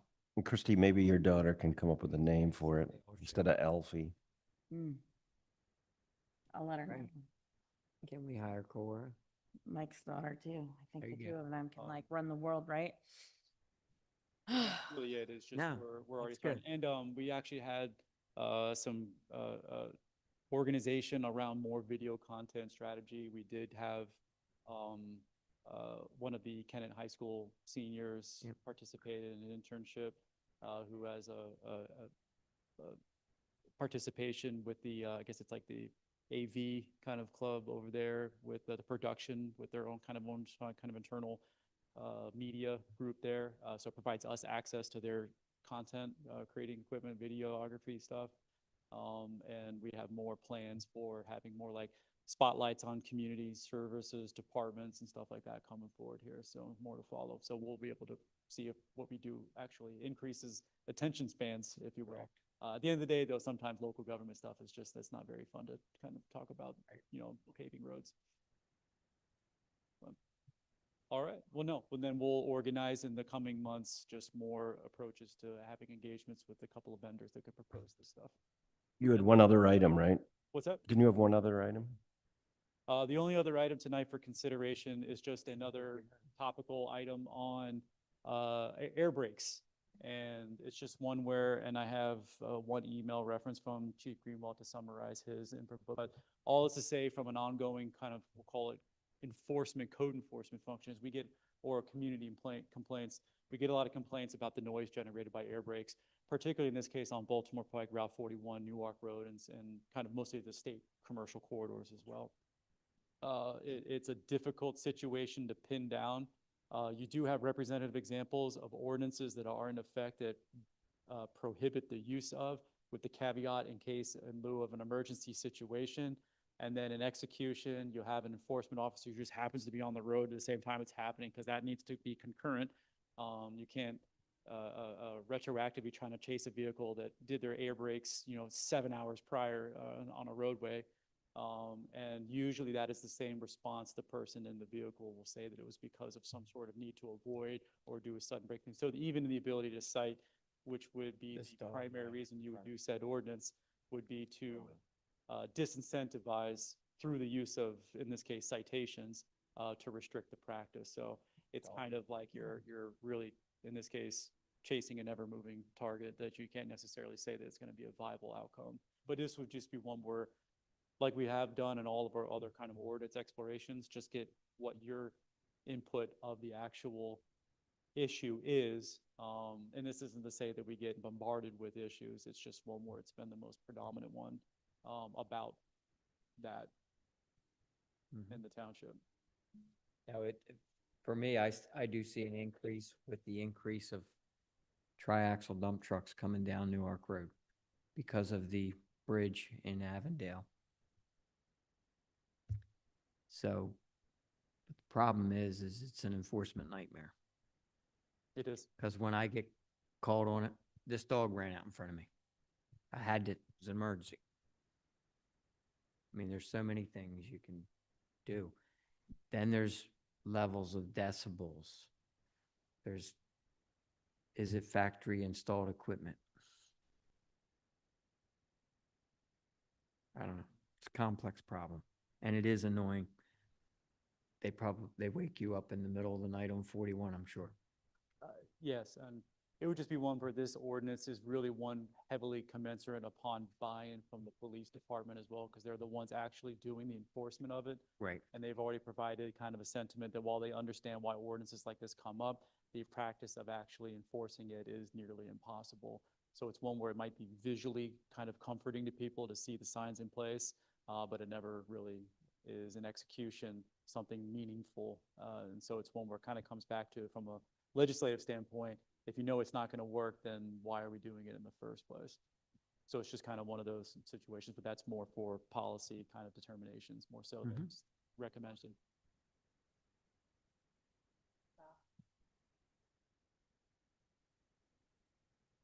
I can write one. I live right on Route 41, and there's a sign right there that says none, and I hear them all the time. So I can attest to it, this situation. Must not work because nobody has written them in a long time. Yeah. So if you're not really thinking that that's effective use of time, energy, effort to kind of come forward with a level of an ordinance, I did look up the most, I guess, adjacent one to us. There's one in Hocassin that they have one in Newcastle County, as well as Londonderry Township has one from a Pennsylvania kind of ordinance function. So there are references to it. If you want to seek more information, just whatever you want to do to approach it, let me know. Maybe I'll put that in a ChatGPT summary memorandum. So people want it because it's annoying, the engine brakes. And certain engine brakes are more annoying than other if they have straight pipes. They can be very loud. But what are The, they the saying? police are saying, I guess, that it's an enforcement nightmare. It's very problematic. They really do work to slow a truck down. So there is a provision in every ordinance that says if it's an emergency, they're not guilty, and they just always say it's an emergency. Well, there's also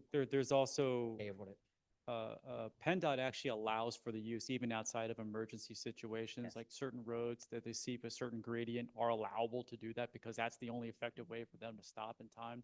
So it's a messy in execution practicum of an ordinance, and you would be It's more than 8%. throwing something at the wall and seeing what sticks, essentially. I think PennDOT allows it more than 8% grade. Yes. So it's non-enforceable coming down Newark Road.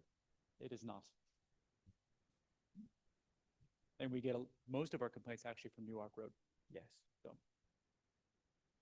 David, you want to make your motion again? there's no motion on this one. This one's just for topic. No, I meant motion to adjourn. Oh, there you go. Make a motion to adjourn. Christie, do you want to second it? Got a question. Second. Ron has a question. Oh, come on, Ron.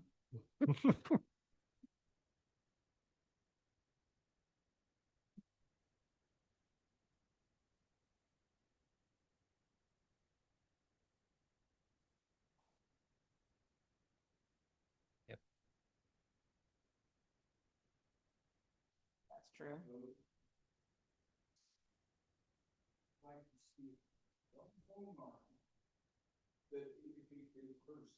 The Ron line. Exactly. Mhm. No, I agree. Yes. Thank you, Ron. All in favor? Aye. Aye. Any Aye. opposed? Aye. Thank you. Are you opposed? Yes. Does anybody want to see this presentation on Europa? No. Sure. I like radio. Thanks. You can throw it away. You're gonna read it?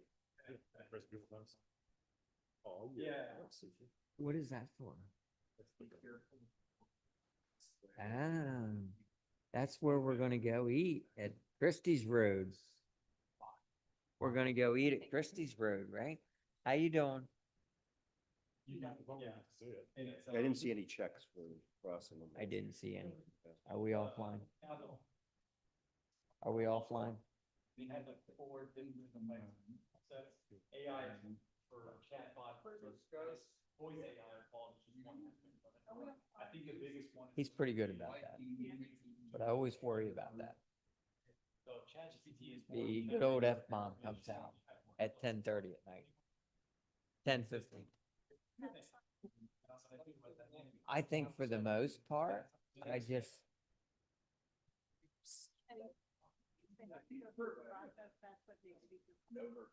as long as they have to go through the. Who's they? Board? Dynamic scalable workflows and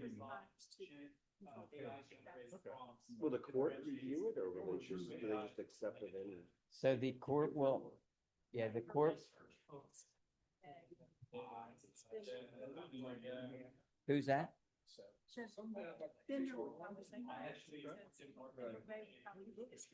saw that. Oh, and congratulations. No problem. I was out at. So you're going to draft the joint agreement?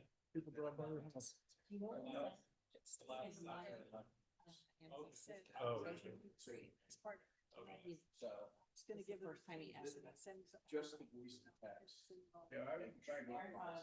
So he's gonna note the changes from that pain in the ass elevator.